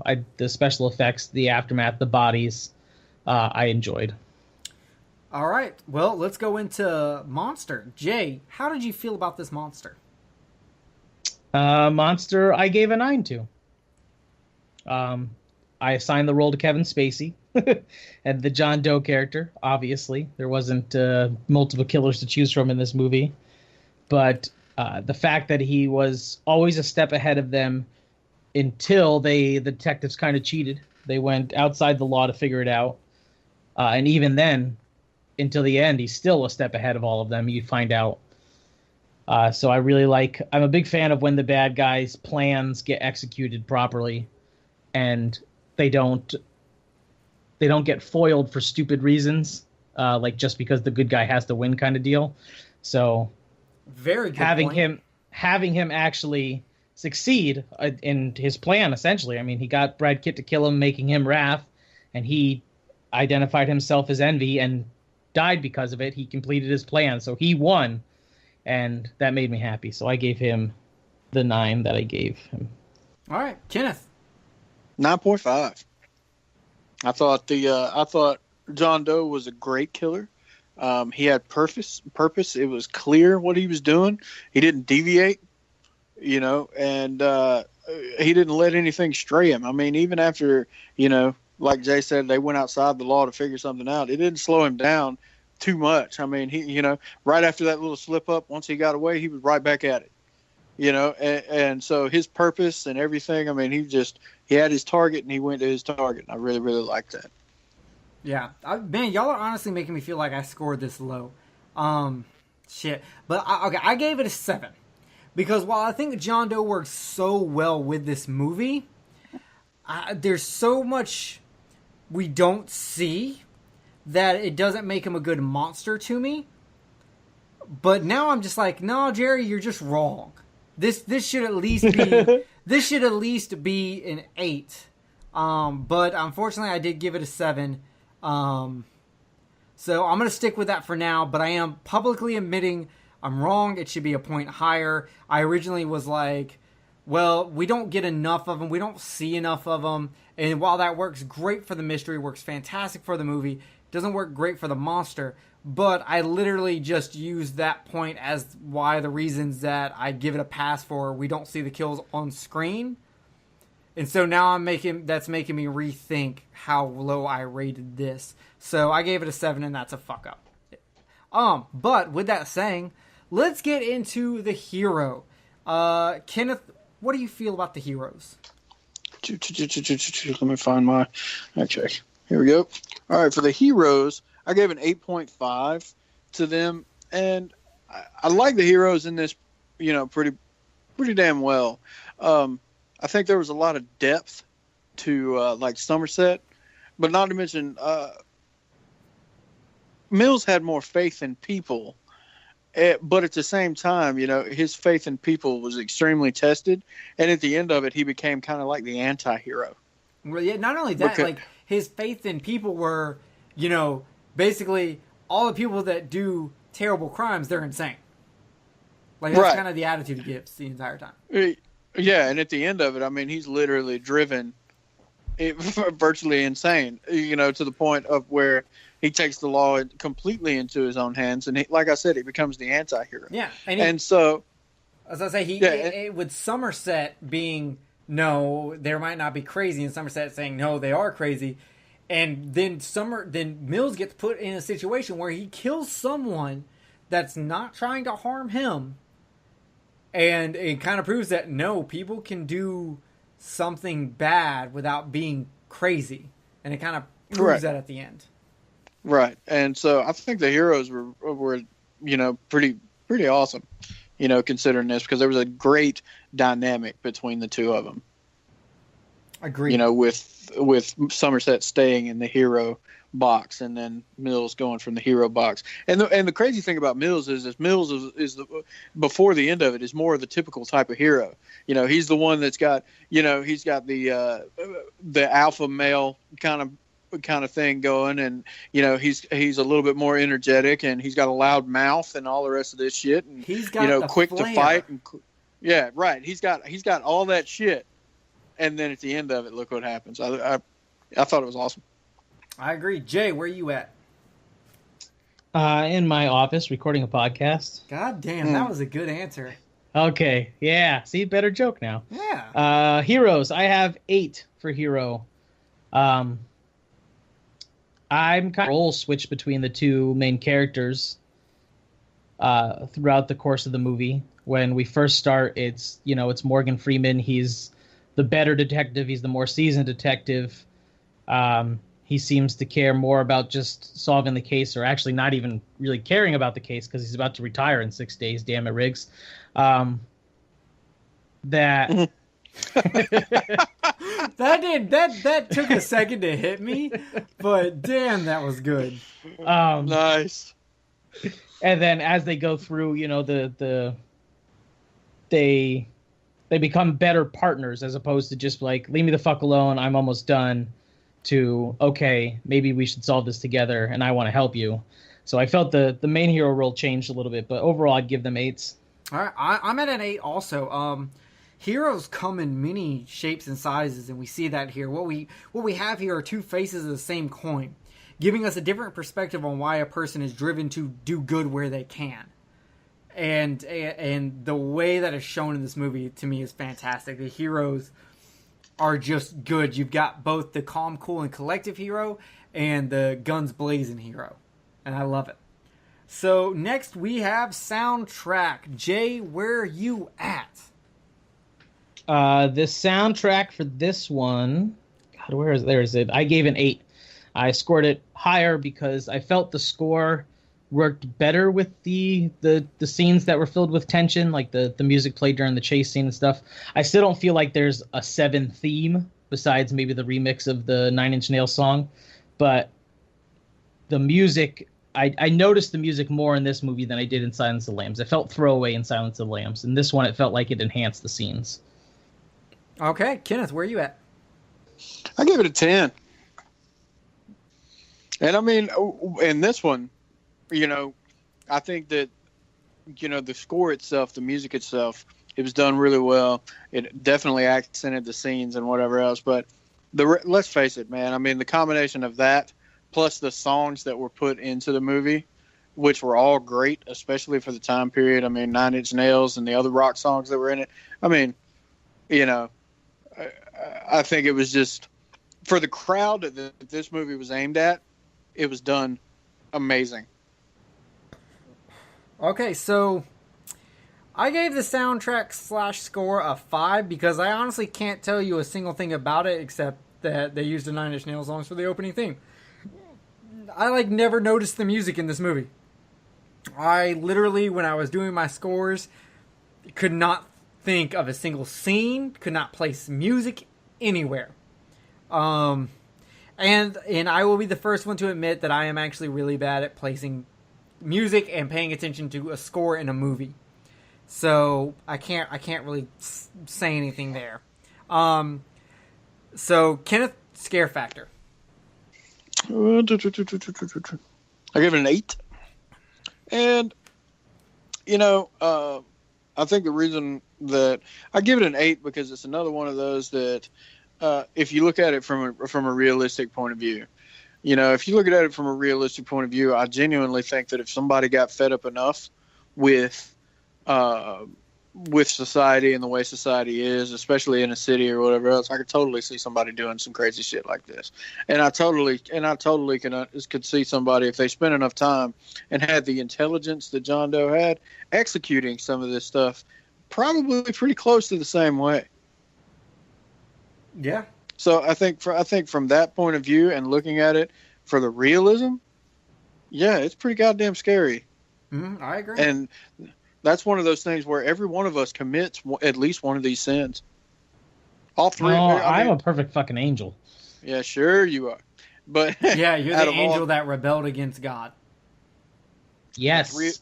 The three of us on this podcast, you know, all three of us have committed one of these sins, if not multiple.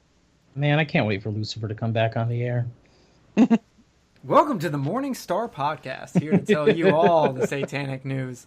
Sorry, go ahead, Kenneth.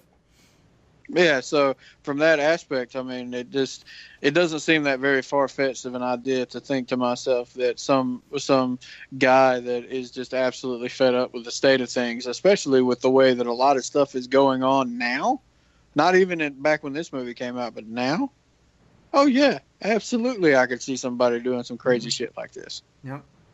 All right, Jay, what you got? God damn it. Sorry, I click it. When I click to scroll, it pulls up the keyboard because it thinks I want to edit it. Oh, yeah.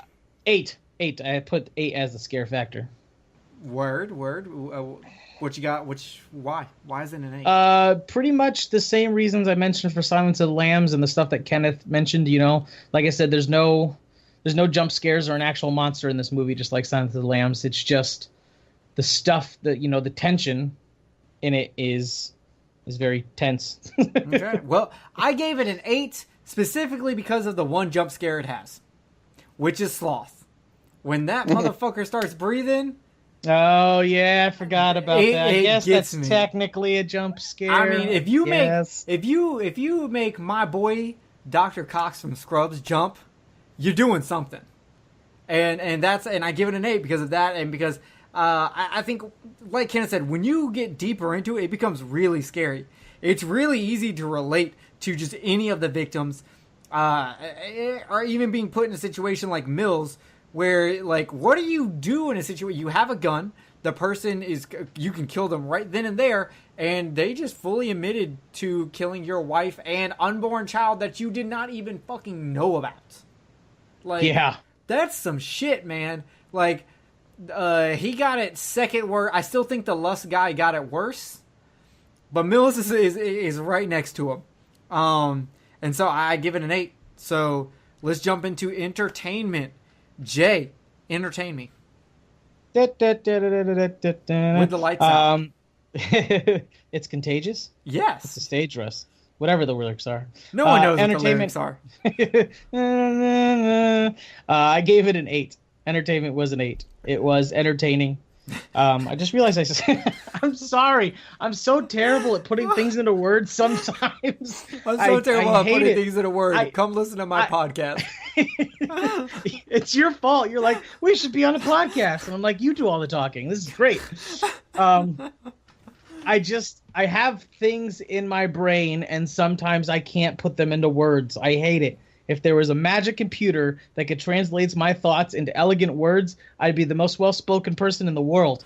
You know what's funny, though, is like you're really good at writing it, but it almost seems like you can't, like, it has to be on the spot. Something has to trigger you, and then you just fucking bam, right? Like, that's true, too. But it doesn't work really, when really I'm like passionate about something. Yeah, I can't. I'm better. I can't sit here and be like, all right, Jay, I need you to write a paragraph each on each of these topics for this movie, because then you're all of a sudden like, what? No. So, Jerry. So entertainment was an 8. Having this only have been my second time watching it or so, second or third time, I was able to experience the journey again. I knew the ending, so when I heard Kevin Spacey's voice as the photographer in the hallway, I knew who he was. I wouldn't have otherwise. There was no hints to it. You just thought it was the fucking media, and it plays it off like that, which is great. So the journey to me was entertaining. You not knowing what's happening, and everything else, even though I knew the end. You know what I mean? Yeah. So the acting was good because of the other scores that we've already given it. All that stuff goes into it being an entertaining movie. Fair enough. Awesome. Kenneth, entertainment. I gave the entertainment factor a 9, and I think that, you know, between the implied violence, because, you know, a lot of the stuff was off screen, between the implied violence, the look of it, the scene at the end of it, and then the fact that you got Morgan Freeman and Brad Pitt in it, man. I mean, how could you not be entertained by this movie? And I wish it was Spacey. another Alex Cross movie. I don't know what that is. Along Came a Spider. Yeah. Morgan Freeman played Alex Cross, and then they gave the role to fucking Tyler Perry, which is stupid. Oh, okay. Yeah. That sounds terrible. But the Morgan Freeman Alex Cross movies are good. Oh. It's a series of thriller books that they turned into movies. Ah, okay. Well, Kenneth, I'm with you. Entertainment's a 9. Movie's really fun to watch. There's a good mystery. There's excitement. There's tons to look at. And the only reason it's not a perfect 10 is because of the pacing. So, Yeah. All right. Rewatchability. Kenneth, talk to me. Hang on. Did y'all get what I just sent you? I did, Yes. but I can't really look at it right now. Jay, can you look at it? We were talking about the jump scare, and since Kenneth watches the movie that we're talking about while we're talking about it, he happened to be at the exact moment of that jump scare and sent a screenshot of it. Well, I think he's trying to show us the arm, but... Jay can look at it. Yeah. Well, the reason I wasn't trying to look at it is because I wasn't trying to stop the show like we're doing right now. I'm trying to I will. go forward. I don't No. give a fuck. Rewatchability. Kenneth, go. I think it has good rewatchability. I gave it a 9. And even though you know the twist, to me it was like a 90s music video. So you can kind of, you know, you can keep up with the look and keep watching it without it being. For some reason, to me, this one doesn't look dated, like extremely dated, like some of the other ones. Well, yeah, I agree, and it's hard to kind of put the pin on what exactly it is because you have old computers, you have typewriters, you have people going to libraries, but it's almost like a noir thing. When I see something and it looks noir, I don't think of it as dated. I think of it as a timepiece. What's that thing like a period piece? A period piece. Yeah. There you go. It's almost like a period piece to me. And to me, a period piece cannot look dated because it's a period piece. And this movie, without trying to be one, somehow successfully became one. Yeah. And I've never put that into words before and never even thought about it until you just said it. Awesome. So, Jay, It's a rewatchability. 90s period piece. I would call this a wet, as Jay, I would call this a wet towel film. Yeah. Rewatchability, I put as an 8. Does 8 put it in wet towel perspective for you? No, not for me. No, that's lower than Silence of the Lambs, but that's because of the pacing. It drags a little bit, so while the journey is fun and it's a great movie and the great acting, it makes me less likely to watch it if I feel like it's a chore, even if it's just a tiny bit of a chore. It's not something I can't even think of an example of something that would be a chore to watch, but it's not like Lord of the Rings. That's a chore for me. It's like a 3-hour movie, and it's not very entertaining to me as it is for other people. So that would be a chore for me to watch. This is not a chore, but because of the pacing, it makes me want to watch it less than like any of the hundreds of other splatter flicks or slasher flicks I have that just are 90 minutes of kill scenes. Yep, I get you. And I'm at an 8. I think there's so much in this movie to rewatch and catch. Like, obviously, once you know the ending doesn't really matter anymore. But going back and digging through scenes, digging through backgrounds, catching that there's fuck ups in the special effects, stuff like that. Like, that's interesting. It's cool. It's fun to do because because of the pacing, I can't really put it up to like a 9 or a 10. So we're all pretty much on the ball there. Pop culture, Jay, take us away. Well, the one that I actually had a bunch to say about, I get to go last. This one I gave it an 8. It's the what's in the box scene seems to be, pretty recognizable. But it never spawned anything other than its own movie, whereas Silence of the Lambs had TV shows, 2 prequels, one of which not based on any of the books, a sequel, so on and so forth. So yeah, that's kind of where I sit at with that. 7 did spawn a comic book series. I'm just saying. Holy shit, did it? Everything gets comics, though. I would actually like to read. Have you I didn't read know it? that. No, I haven't. I haven't, but it did. Oh, damn, I gotta look into that. Yeah, because I want to get a little bit different. But I hope that the comic book series doesn't just follow the movie. Like when they did a Crow City of Angels comic book series, it was pretty much the movie. Okay, yeah, that would be an issue. Well, The Crow was a comic book first, right? Of course. Okay, just checking. No, yeah, oh, man, I read the comic book. It was just like the movie. I've met James O'Barr. Yeah, I've met James O'Barr. I met James Lobar. Yeah. I mean, I met him. Met James the Bar. He was shit. Bob. Used a little steel pipe. Every single one of the Crow comics. All right. I love that movie. Yeah, Kenneth does love The Crow. Kenneth, pop culture status. 7.5, and I actually changed it based on everything that I said about Silence of the Lambs. I changed it for the very same thing. And Jay just kind of brought in one of the things that I thought about when I changed it. Aside from the what's in the box thing, you know what I'm saying? I mean, it's just, it really doesn't have a whole lot either. So, it definitely doesn't have the status of others. So I just kind of put it at 7.5 and put it at the same. Yeah, mine's a 7 also, and it's for that same thing. No, like, it had a resurgence because of memes and vines of what's in the box. Like, what's in the box? Captain Crunch, damn. Or like, or the different memes and stuff like that on the internet. It has had a resurgence because of that, but literally, like, that's it. No, like, there's not multiple things like Silence of the Lambs. It's just that one thing. So it's known, but only because of that one scene. So I could only give it a 7 because at least it's known and it does have a recent popularity to kind of spark it up a little bit more.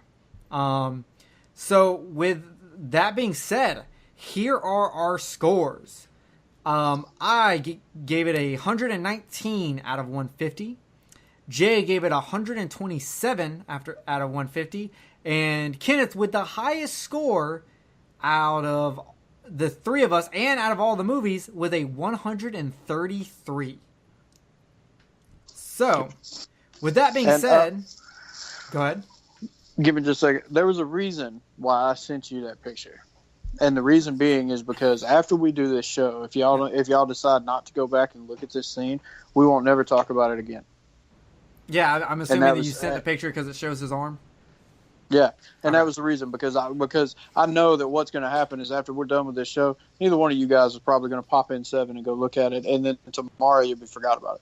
Well, no, because I got to watch Game of Thrones, and then tomorrow I got to edit this podcast. So you're all right on that, and I will check it out. And I'll probably have to, and I probably actually might end up looking at it tomorrow on the screen to get a better picture of it.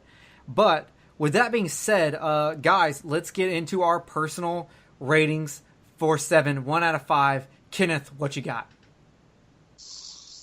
I'd have to give it a 4. I mean, I've watched it like over 100 times, and so I really, obviously, I enjoy the movie, but it's not one of those movies that, obviously, it didn't get a perfect score from me, out of 150, so I can't give it a 100% 5. I really liked it, All right, Jay, where are you at? 4, just like Silence of the Lambs. Okay.